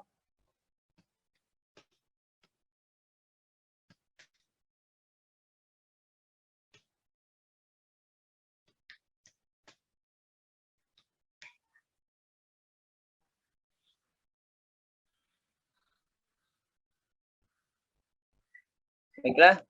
Nah, kita tahu pada posisi saat ini semoga Indonesia saat ini sedang masih berduka, yaitu masih dalam masa pandemik COVID-19 yang mana udah hampir 2 tahun kita masih mengalami ini, tapi saya yakin kita selalu menyikapi dengan bijak. Ini adalah sebuah ujian untuk kita semua.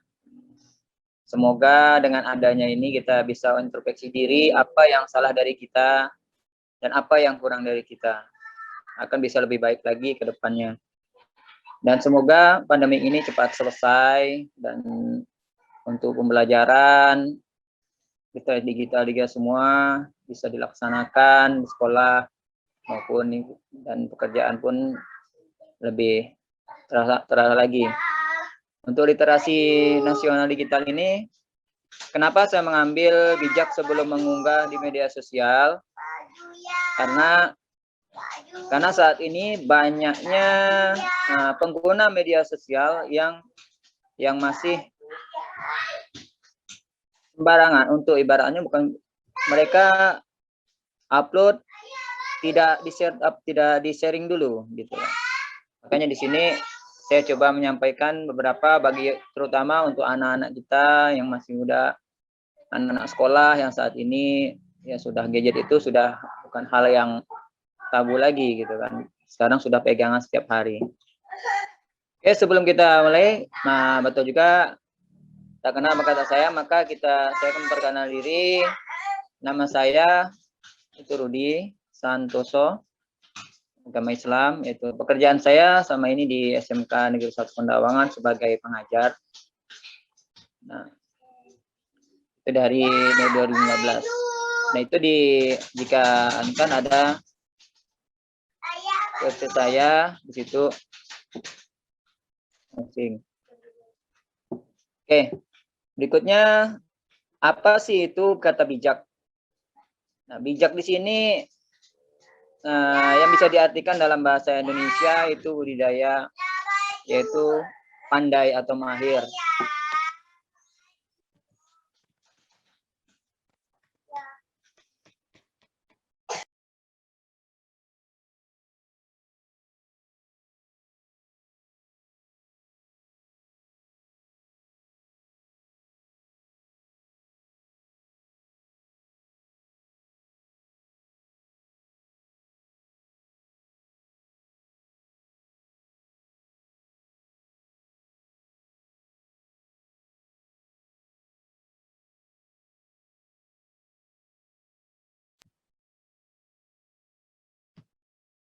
Halo? Nah, maaf ada gangguan teknis. Nah, jadi untuk etika di sini kita sebelum mengunggah itu kita harus bijak. Ya, kenapa kita harus bijak? Karena semua yang berkaitan dengan internet atau dunia maya itu semua seluruh dunia bisa melihat.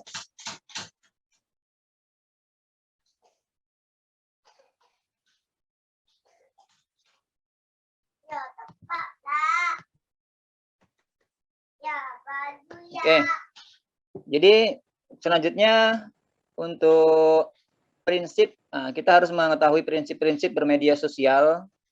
Kenapa kita harus tahu prinsipnya ini? Karena jika kita salah prinsip, maka apa yang kita upload tadi akan merugikan kita sendiri. Nah, di sini paling tidak kita harus bisa menjadwalkan. Kalau bisa menjadwalkan di sini, kenapa kita harus jadwalkan? Karena terutama bagi pelajar, bagi siswa-siswi yang masih di dalam dunia pendidikan maupun di mahasiswa sebagainya, penjadwalan ini penting. Contoh, seadanya dari jam 7 sampai dengan jam setengah 2 mereka off untuk bermedia sosial karena fokus pada untuk pembelajaran.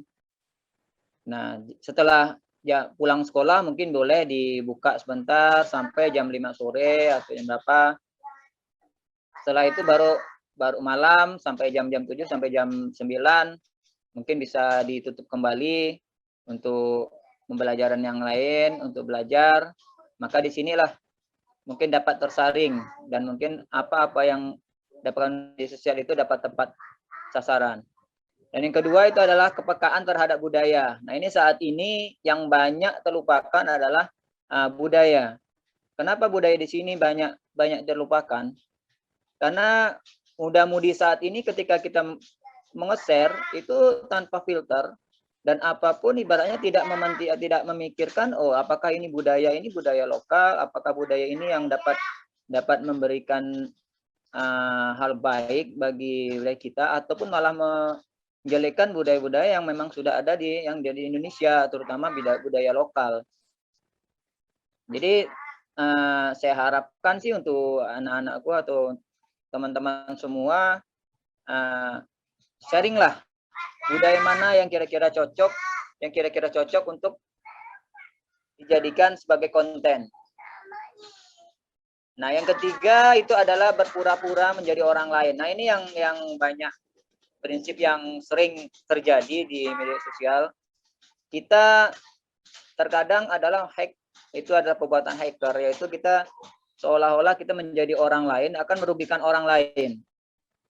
Nah, ini yang jangan sampai, karena ini adalah berkaitan dengan hukuman pidana yang jelas. Karena dia akan menjelekkan nama baik atau menjadikan timbulnya fitnah di sini. Yang keempat itulah jangan over sharing.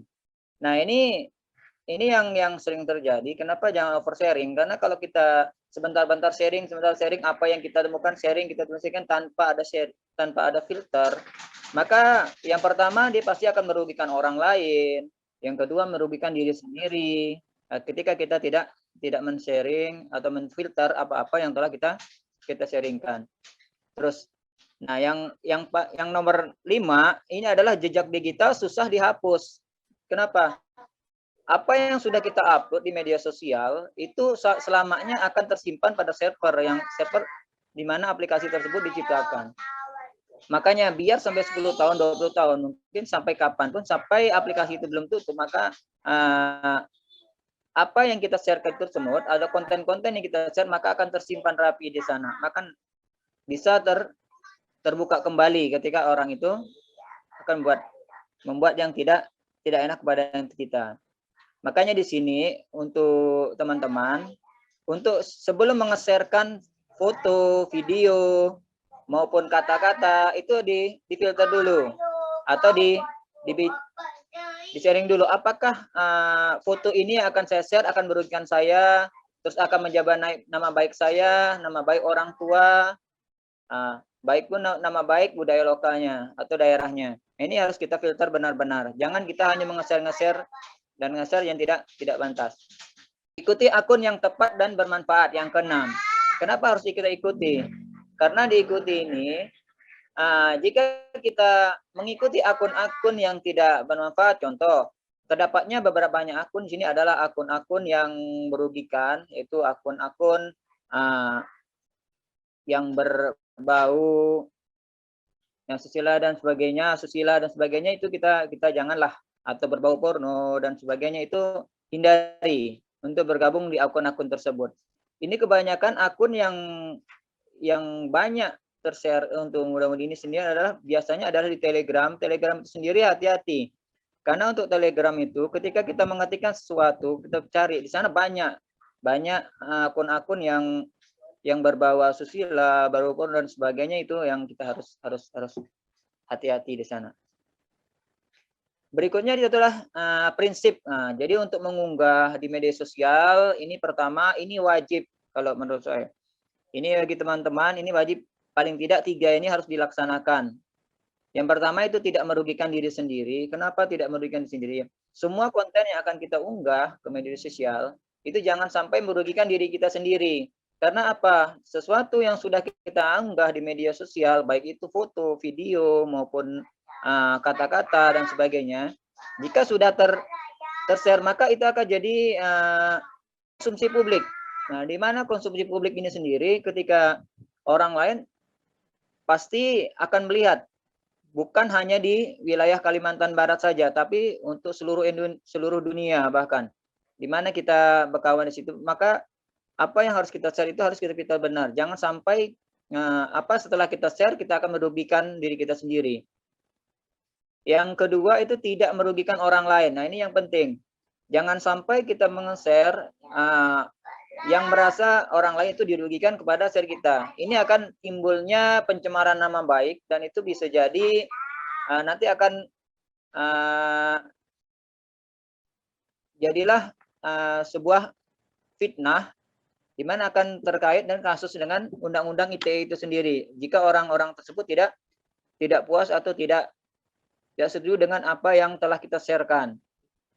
Nah, ini yang harus hati-hati, karena jika sudah terkait dengan undang-undang KUHP, itu yang bahaya, yang luar biasa, karena hukumannya luar biasa kalau sudah terjerat dengan hukum ITE itu sendiri.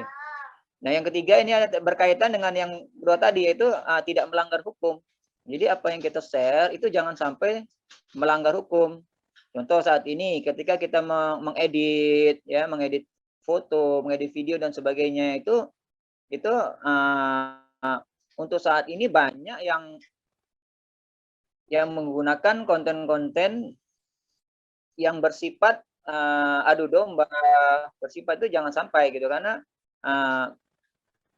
kenapa di sini banyaknya konten ini? Mungkin kita hanya mencari sensasi dan sebagainya, itu jangan sampai dilaksanakan. Karena kalau udah melanggar hukum ini sendiri, itu berat urusannya gitu kan. Karena kalau jika ini terjerat, benar-benar terjerat, itu bisa jadi minimal ya, bisa jadi maksimal 6 tahun penjara sampai dengan denda itu 1 miliar. Bahkan untuk minimalnya adalah 4 tahun penjara dan denda itu 750 miliar. Ini jika terjadi. Makanya untuk teman-teman, memang benar-benar prinsip ini harus dikaji benar-benar sebelum kita mengunggah di media sosial. Karena kenapa? Karena semua konten-konten itu pasti akan jadi konsumsi publik, ya, khususnya. Selanjutnya ini rambu-rambu yang harus kita patuhi untuk sebelum kita share di media sosial atau mengunggah di media sosial. Yang pertama itu konten yang kita buat, foto, video dan sebagainya yang akan jadi konsumsi publik itu harus pertama kreatif. Kreatif ini sendiri ya yang jelas jangan menyadul punya orang lain gitu kan, copy paste, setelah itu share dan seterusnya.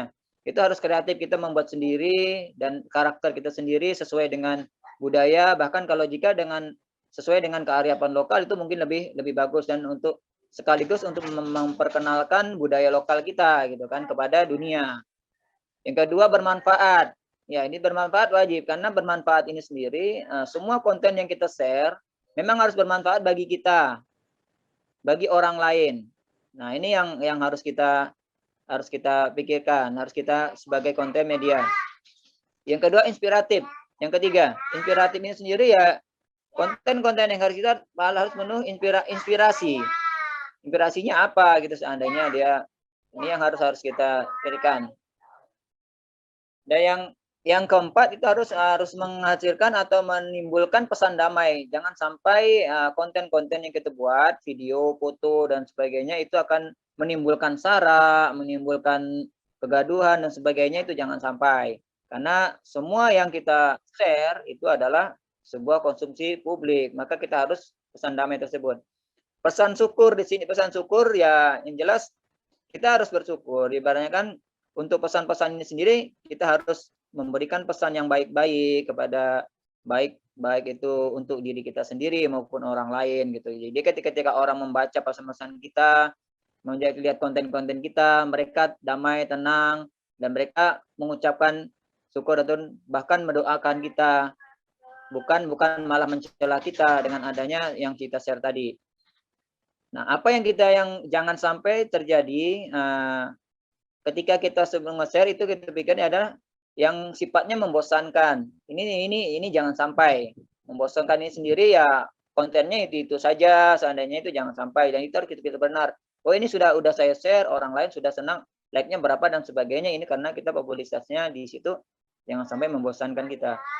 Nah, yang kedua itu jangan sampai tidak bermanfaat apa yang kita share. Nah, tadi yang share itu kita harus filter, apakah ini bermanfaat untuk kita, apakah untuk orang-orang lain. Yang ketiga itu membuat frustasi.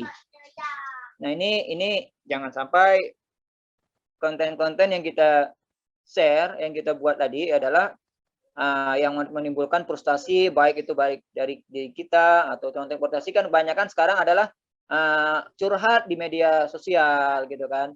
Terus apa yang tidak menyenangkan bagi kita di-share di sana.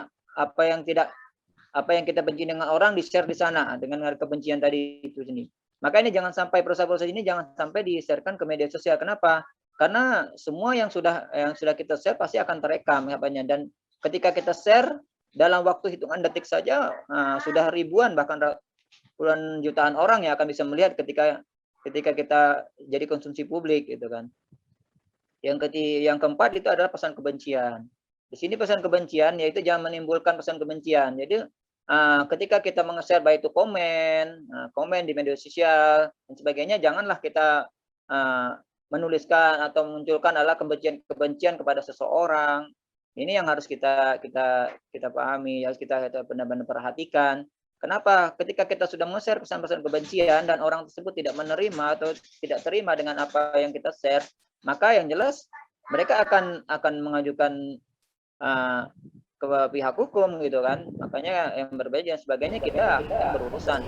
Mohon izin, Namanya hukum. Pak Rudi. Ya. Waktu untuk presentasinya sudah habis, boleh dipercepat? Ya, Oh iya, siap-siap, makasih. Sedikit lagi. Oke.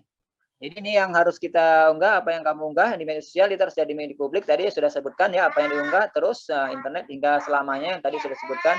Reputasi kamu terpengaruh dengan kamu yang kamu unggah. Jadi betul tadi. Terus hubungan dengan orang dan sekitarmu itu harus mengetahui apakah itu pengaruh atau tidak.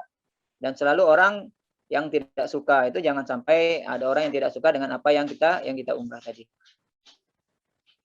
Nah, ini yang penting. Jangan sampai kita mengunggah video. Nah, di mana siapa saja yang ada di foto tersebut, mau enggak dia diunggah? Kalau tidak ya jangan diunggah. Terus apa yang ada dalam foto tadi? Apakah dia harus konsumsi publik atau bukan? Itu harus kita perhatikan juga.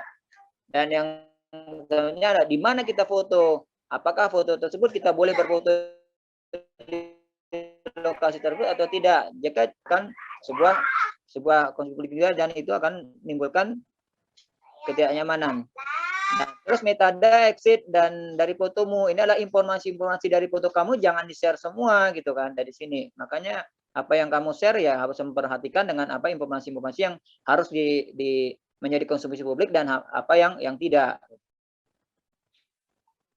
Dan mungkin ini yang bijaknya ya jangan asal posting tadi sama yang disebutkan oleh tadi tidak perlu detail mencantumkan informasi di mana letak posisi saya di mana, itu jaga etika, ini tadi etika.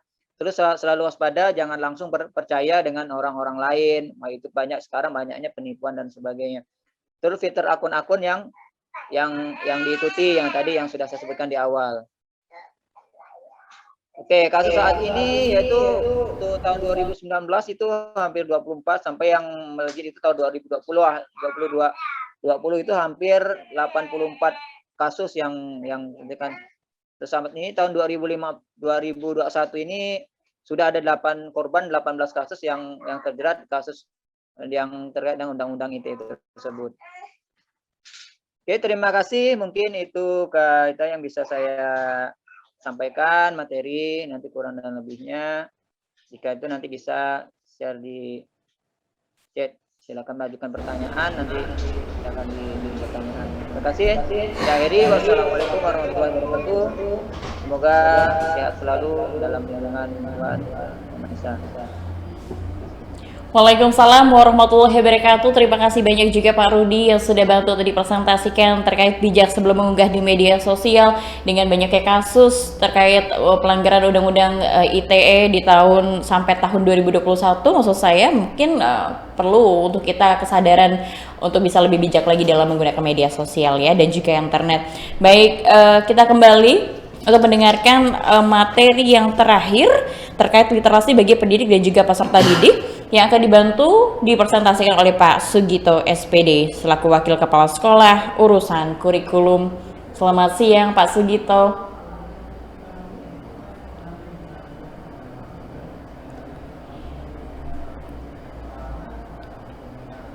Baik, sudah terhubung kembali Pak Sugito.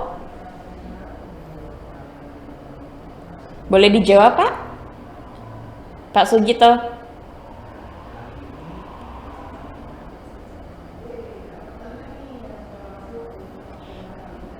Baik, sepertinya masih ada kendala perangkat dari Pak Sugito ya. Pak Sugito? Bisa mendengar suara saya, Pak?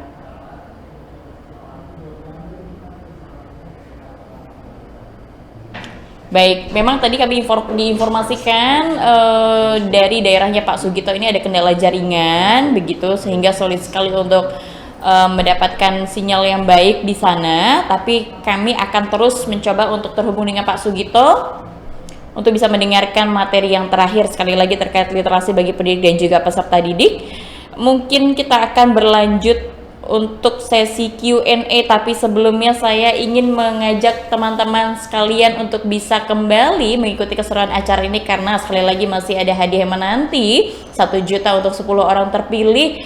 Cukup dengan memberikan pertanyaan paling menarik untuk seluruh narasum di sini, tentunya dengan terkait temanya begitu ya, harus relevan pertanyaannya.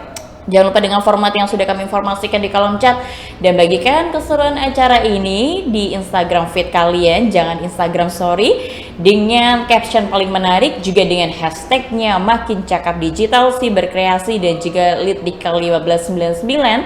Follow dan mention juga @siberkreasi dan juga @litdik.kalimantan. Untuk teman-teman yang mau mengetahui keseruan acara webinar lainnya, silakan sekali lagi bisa kunjungi untuk Instagram kami di @litdik.kalimantan dan juga YouTube kami di Literasi Digital Kalimantan untuk bisa menambah wawasan Anda seputar literasi digital. Kembali mungkin terputus ya Pak Sugito. Masih Pak Sugito ini sudah join sebenarnya, namun masih ada kendala teknis dengan perangkatnya dan juga jaringan. Kembali saya turut menyapa Pak Sugito. Apabila bisa mendengar suara saya, boleh mungkin acungkan jempol seperti ini Pak. Bisa mendengar suara saya? Bisa ya. Baik. Bagaimana untuk audionya Pak? Masih ada terkendala kah? Boleh menjawab pertanyaan saya?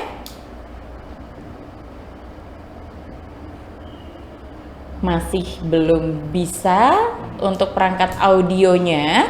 Baik, sembari mungkin memperbaiki, kita masuk untuk sesi Q&A ya. Bersiap untuk seluruh narasumber yang sudah tadi melakukan presentasi dan juga performance. Mungkin kita awali untuk Master Romi. Ada pertanyaan Master Romi di sini dari, sebentar mohon izin,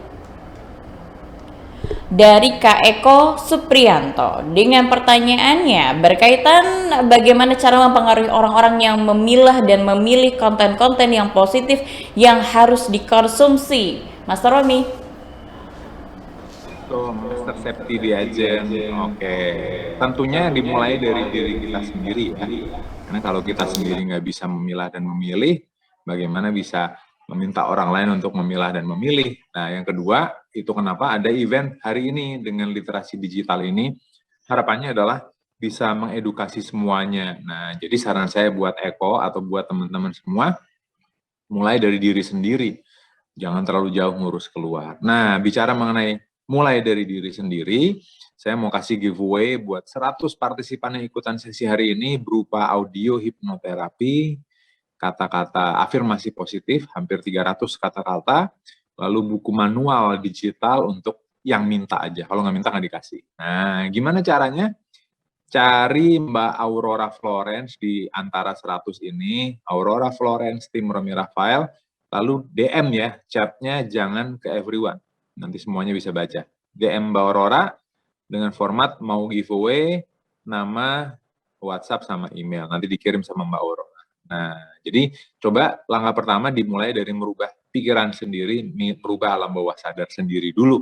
Karena kalau di sini ada 100 orang, nah 100 orang itu akan punya kemampuan untuk mempengaruhi sekitarnya. Begitu kurang lebih Master Safety di Agent. Silakan saya kembalikan. Terima kasih Master Romi yang sudah bantu menjawab pertanyaan dari Kak Eko tadi terkait cara mempengaruhi orang-orang memilah dan memilih konten-konten yang positif, katanya di awal diri kita sendiri ya. Mungkin kita bisa menginfluence begitu, mempengaruhi mereka, mempersuasif mereka untuk turut juga memberikan konten-konten yang positif. Terima kasih Master sekali lagi, dan juga beranjak untuk pertanyaan selanjutnya Pak Rudi dengan pertanyaannya di sini dari Kak Rudi Santoso. Namanya sama dengan pertanyaannya. Oh mohon maaf, ini untuk Pak Rudi, pertanyaannya dari Kak Aldi Nur Hakim. Mohon maaf saya salah dengan pertanyaannya. Kebetulan Bapak Imam tadi membahas tentang sharing, nah bagaimana calon smart parents agar membentengi dan membekali anak dari perilaku bahaya menjadi pelaku kejahatan digital, karena seringkali anak itu menjadi korban sekaligus pelaku mengenai penyebaran hal ini, mengingat anak-anak zaman sekarang minim sekali pengetahuan untuk undang-undang ITE. Berkenan untuk menjawab Pak Rudi. Ya, terima kasih Master Jajang. Jadi untuk membentengi itu sebenarnya dari yang tadi saya sampaikan untuk penjadwalan tadi, itu mungkin salah satu langkah untuk membentengi untuk agar tidak terjadi salah sharing, yaitu anak-anak saat ini itu kan sudah baik dari umur 1 tahun, 2 tahun, 3 tahun udah mereka sudah tahu digital gitu kan. makanya di sini orang tua harus bijak konten-konten. Biasanya orang tua ini sendiri saat ini kan kegiatannya untuk nonton YouTube dan sebagainya, atau aplikasi TikTok, aplikasi video yang lainnya itu kan, mereka tidak memperhatikan bahwa anak-anak yang ada di sekitar kita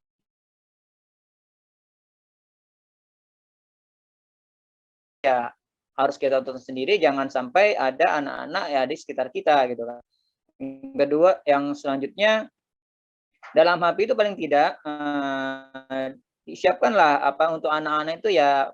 Kalau YouTube berarti ya YouTube Kids aja, YouTube Kids, makanya di sana ada konten-konten untuk anak-anak yang sifatnya mendidik. Nah, jangan sampai kita memberikan contoh anak-anak untuk menonton yang sifatnya yang tidak mendidik, maka akan terjadi inilah yang akan kita susah untuk memfilter, karena sudah terlanjur, maka mereka dari kecil sudah berpikiran yang dewasa gitu kan.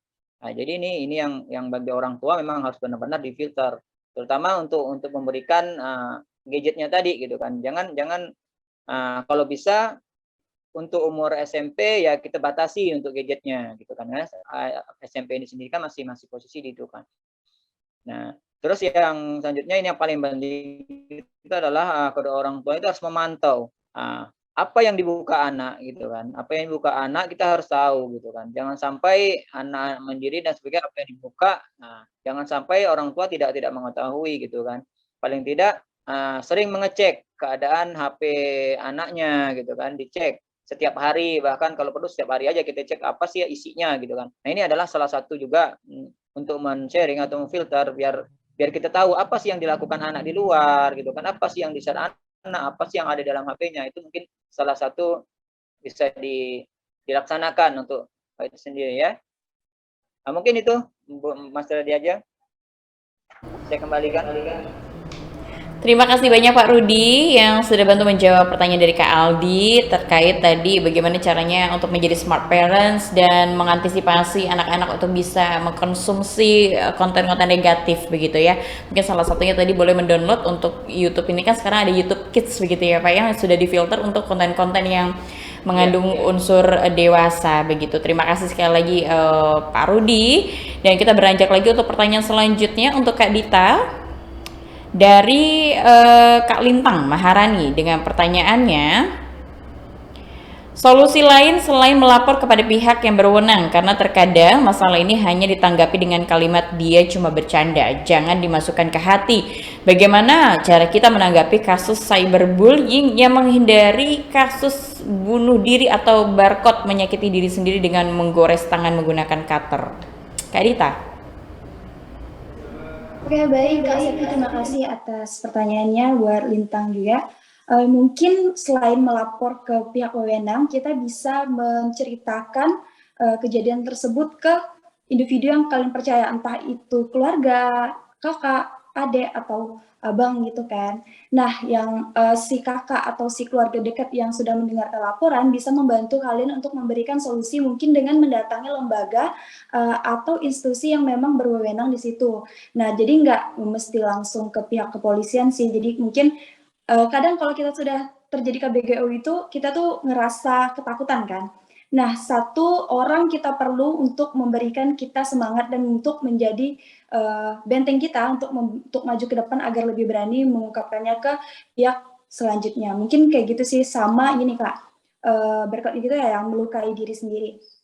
Kalian jangan pernah punya mindset kayak dunia ini sempit, dunia ini kecil. Setelah itu tersebar, kalian langsung ngerasa kayaknya aku udah nggak pantas deh hidup di dunia, kayaknya aku malu deh kalau keluar rumah diomongin sama tetangga, dijauhin sama teman-teman. Kalian tuh layak hidup, kalian tuh layak, kalian tinggal ambil positifnya aja. Semua ini ada hikmahnya. Jadi lebih baik mencegah sebelum terjadi ya, daripada mengobati sesuatu yang sudah terjadi.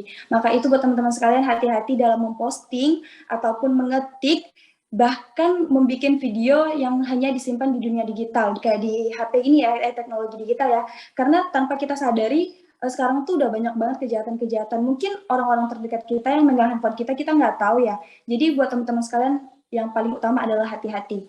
Tapi jangan kalian jadi takut sama di dunia digital ya, karena dunia digital itu banyak banget manfaatnya, kayak teman-teman bisa mendapatkan informasi yang lebih.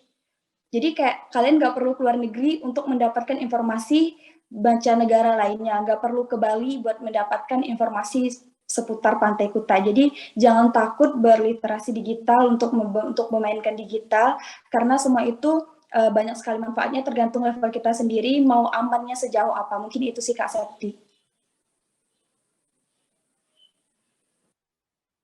Juga Kak Dita, tadi mungkin sudah diinformasikan lebih baik mencegah begitu ya Kak ya, daripada nanti terlanjur. Mungkin postingan kita lebih bijak lagi untuk bisa tidak mengundang dari kejahatan di dunia maya. Terima kasih Kak Dita. Baik, sepertinya Pak Sugito masih ada kendala teknis, jadi sayang sekali Pak Sugito tidak bisa memberikan presentasinya hari ini. Mungkin di lain waktu, di lain webinar ya. Kita berharap besar menanti penjelasan dan juga pemaparan yang akan berarti untuk kita semuanya untuk bisa menambah wawasan seputar literasi digital. Baik teman-teman, kita sudah di penghujung waktu, namun saya juga mengucapkan mohon maaf sebesar-besarnya kepada teman-teman yang belum bisa dibacakan untuk pertanyaannya, karena mengingat keterbatasan waktu. Tapi tentunya di sini dari tim kami sudah memilih siapa saja Kak untuk bisa mendapatkan hadiah e-money dan juga pulsa. Dan mungkin berkenan untuk seluruh narasumber di sini, kalau ada beberapa pertanyaan dari teman-teman yang belum terjawab, boleh dibantu nanti selesai acara membalasnya di kolom chat atau bisa menyertakan kontak pribadi Anda apabila berkenan tentunya ya, untuk bisa menjawab pertanyaan teman-teman yang sekali lagi belum saya pilih juga beserta tim. Baik teman-teman, izinkanlah saya untuk bisa mereview dan meng-highlight apa saja yang sudah diinformasikan oleh seluruh narasumber di sini. Mungkin tadi Master Romi kita sudah melihat eksperimen sugestinya. Di sana tentunya ada tersirat pesan dari Master Romi terkait pentingnya melek digital agar pikiran kita tidak mudah dimanipulasi ketika menggunakan internet ya. Untuk Kak Dita, menciptakan ruang aman di ruang virtual. Berbicara terkait digital safety yang ditekankan tadi dari Kak Dita terkait kekerasan berbasis gender online yang terlihat meningkat saat pandemi. Tips praktisnya untuk menghindarinya, yang pertama perketat keamanan, jangan lalai dan lain sebagainya. Untuk Pak Rudi, bijak sebelum mengunggah di media sosial. Dengan banyaknya kasus Undang-Undang ITE sampai tahun 2021, maka perlu diperhatikan agar kita bijak dari media sosial. Dengan cara mungkin jangan asal posting konten, tak perlu detail untuk mencantumkan informasi, jaga etika Anda, selalu waspada, jangan langsung percaya, dan juga filter akun-akun yang diikuti kita semuanya. Teman-teman, saatnya saya juga untuk bisa membacakan calon pemenang untuk webinar hari ini ya. Saya ucapkan terima kasih tentunya untuk teman-teman yang sudah begitu partisipatif sekali memberikan pertanyaan yang paling menarik untuk narasumber di sini. Saya ingatkan juga teman-teman yang saya bacakan namanya boleh menyertakan kembali data pribadi Anda berupa nama, alamat email dan juga nomor handphone ke admin Q&A. Jadi langsung saja di admin Q&A, bukan di everyone begitu ya. Silakan untuk bisa mencari di partisipan sana, admin Q&A ataupun co-host 2, sekali lagi dengan nama, alamat email dan juga nomor handphone. Saya bacakan, selamat kepada yang pertama Kak Andri, selanjutnya Kak Tiara Artanti, selanjutnya juga Kak Talita Sabrina, Kak Eko Suprianto, Kak Aldi Nur Hakim, Kak Lintang Maharani, dan terakhir Kak Sesia Elsa Bina Ulfa. Itu dia. Jangan lupa sekali lagi untuk bisa mengirimkan data berupa nama, alamat email dan juga nomor handphone ke admin Q&A. Teman-teman, kita sudah di penghujung acara. Rasanya tidak afdal kalau kita tidak berfoto bersama. Saya ajak sekali lagi teman-teman untuk bisa menyalakan kamera video Anda. Baik, walaupun secara virtual kita bertatap wajah, tapi yuk kita abadikan momen luar biasa ini di mana kita bisa bersilaturahmi, saling mengenal satu sama lain, karena tidak hanya di Kalimantan, karena ini di seluruh penjuru di Indonesia, karena bersifat umum begitu ya webinar ini. Kita berfoto bersama, boleh dibantu operator berapa kali kita untuk berfoto? 2 kali. Baik, boleh menghadap ke kamera, berikan senyum terbaiknya teman-teman. Bersiap, saya hitung mundur 3, 2, dan 1. Luar biasa. Satu kali lagi dengan pose seperti ini, L untuk literasi digital nasional. Sudah bersiap teman-teman? Berikan senyum terbaiknya. 3, 2, dan 1.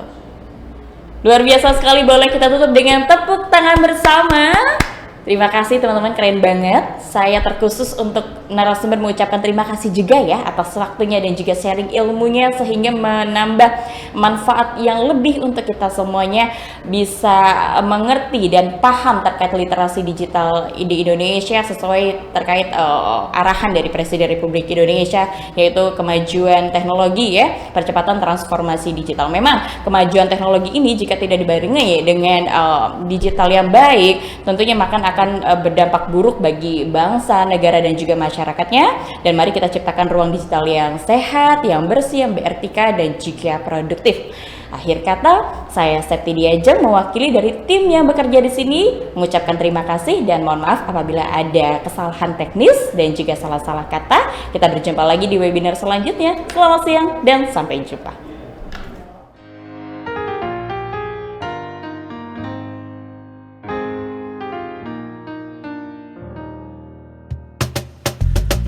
Tolong aku melolong, baca sosmed bikin aku bengong.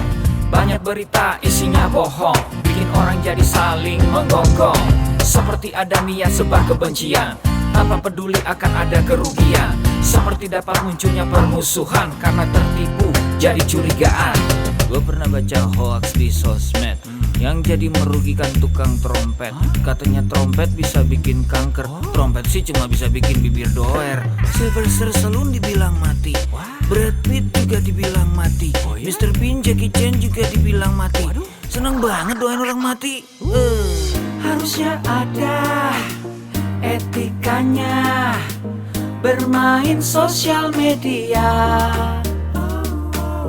Tak bisa asal mengirim tanpa dipikirin, bisa fatal akibatnya.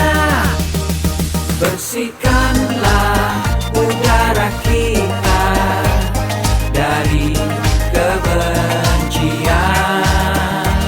Sebarkan saja cintamu untuk Indonesia.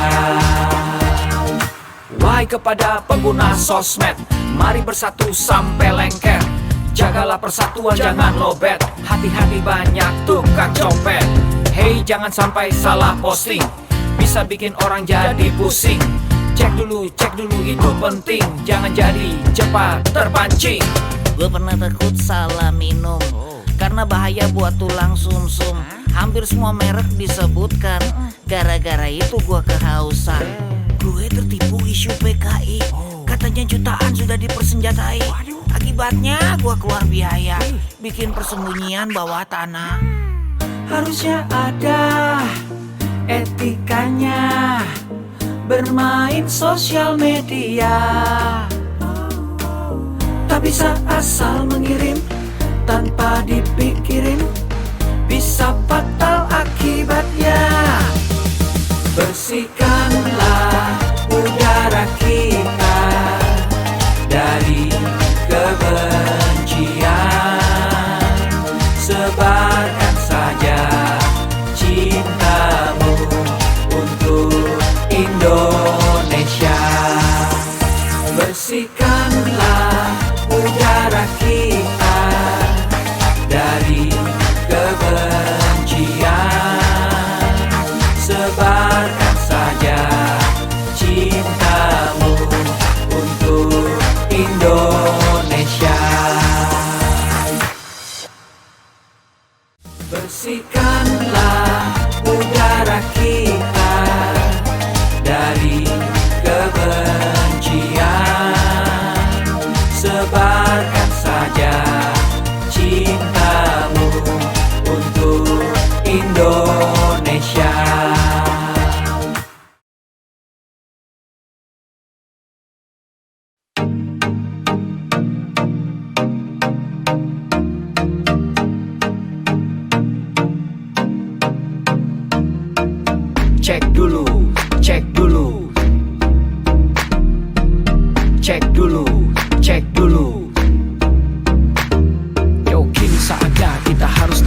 komentar. Jangan jadi orang yang mudah sebar-sebar, karena belum tentu itu berita benar. Kalau nggak ngerti, ayo belajar. Mulailah curiga jika sudah suruh-suruh. Sebarkanlah, hey, tunggu dulu. Periksalah kalimat, kok banyak tanda seru.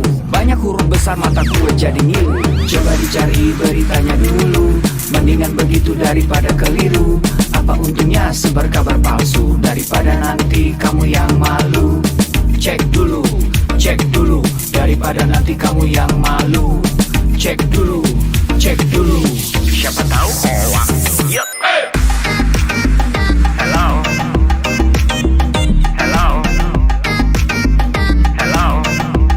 siapa tahu hoax. Yup. Hello,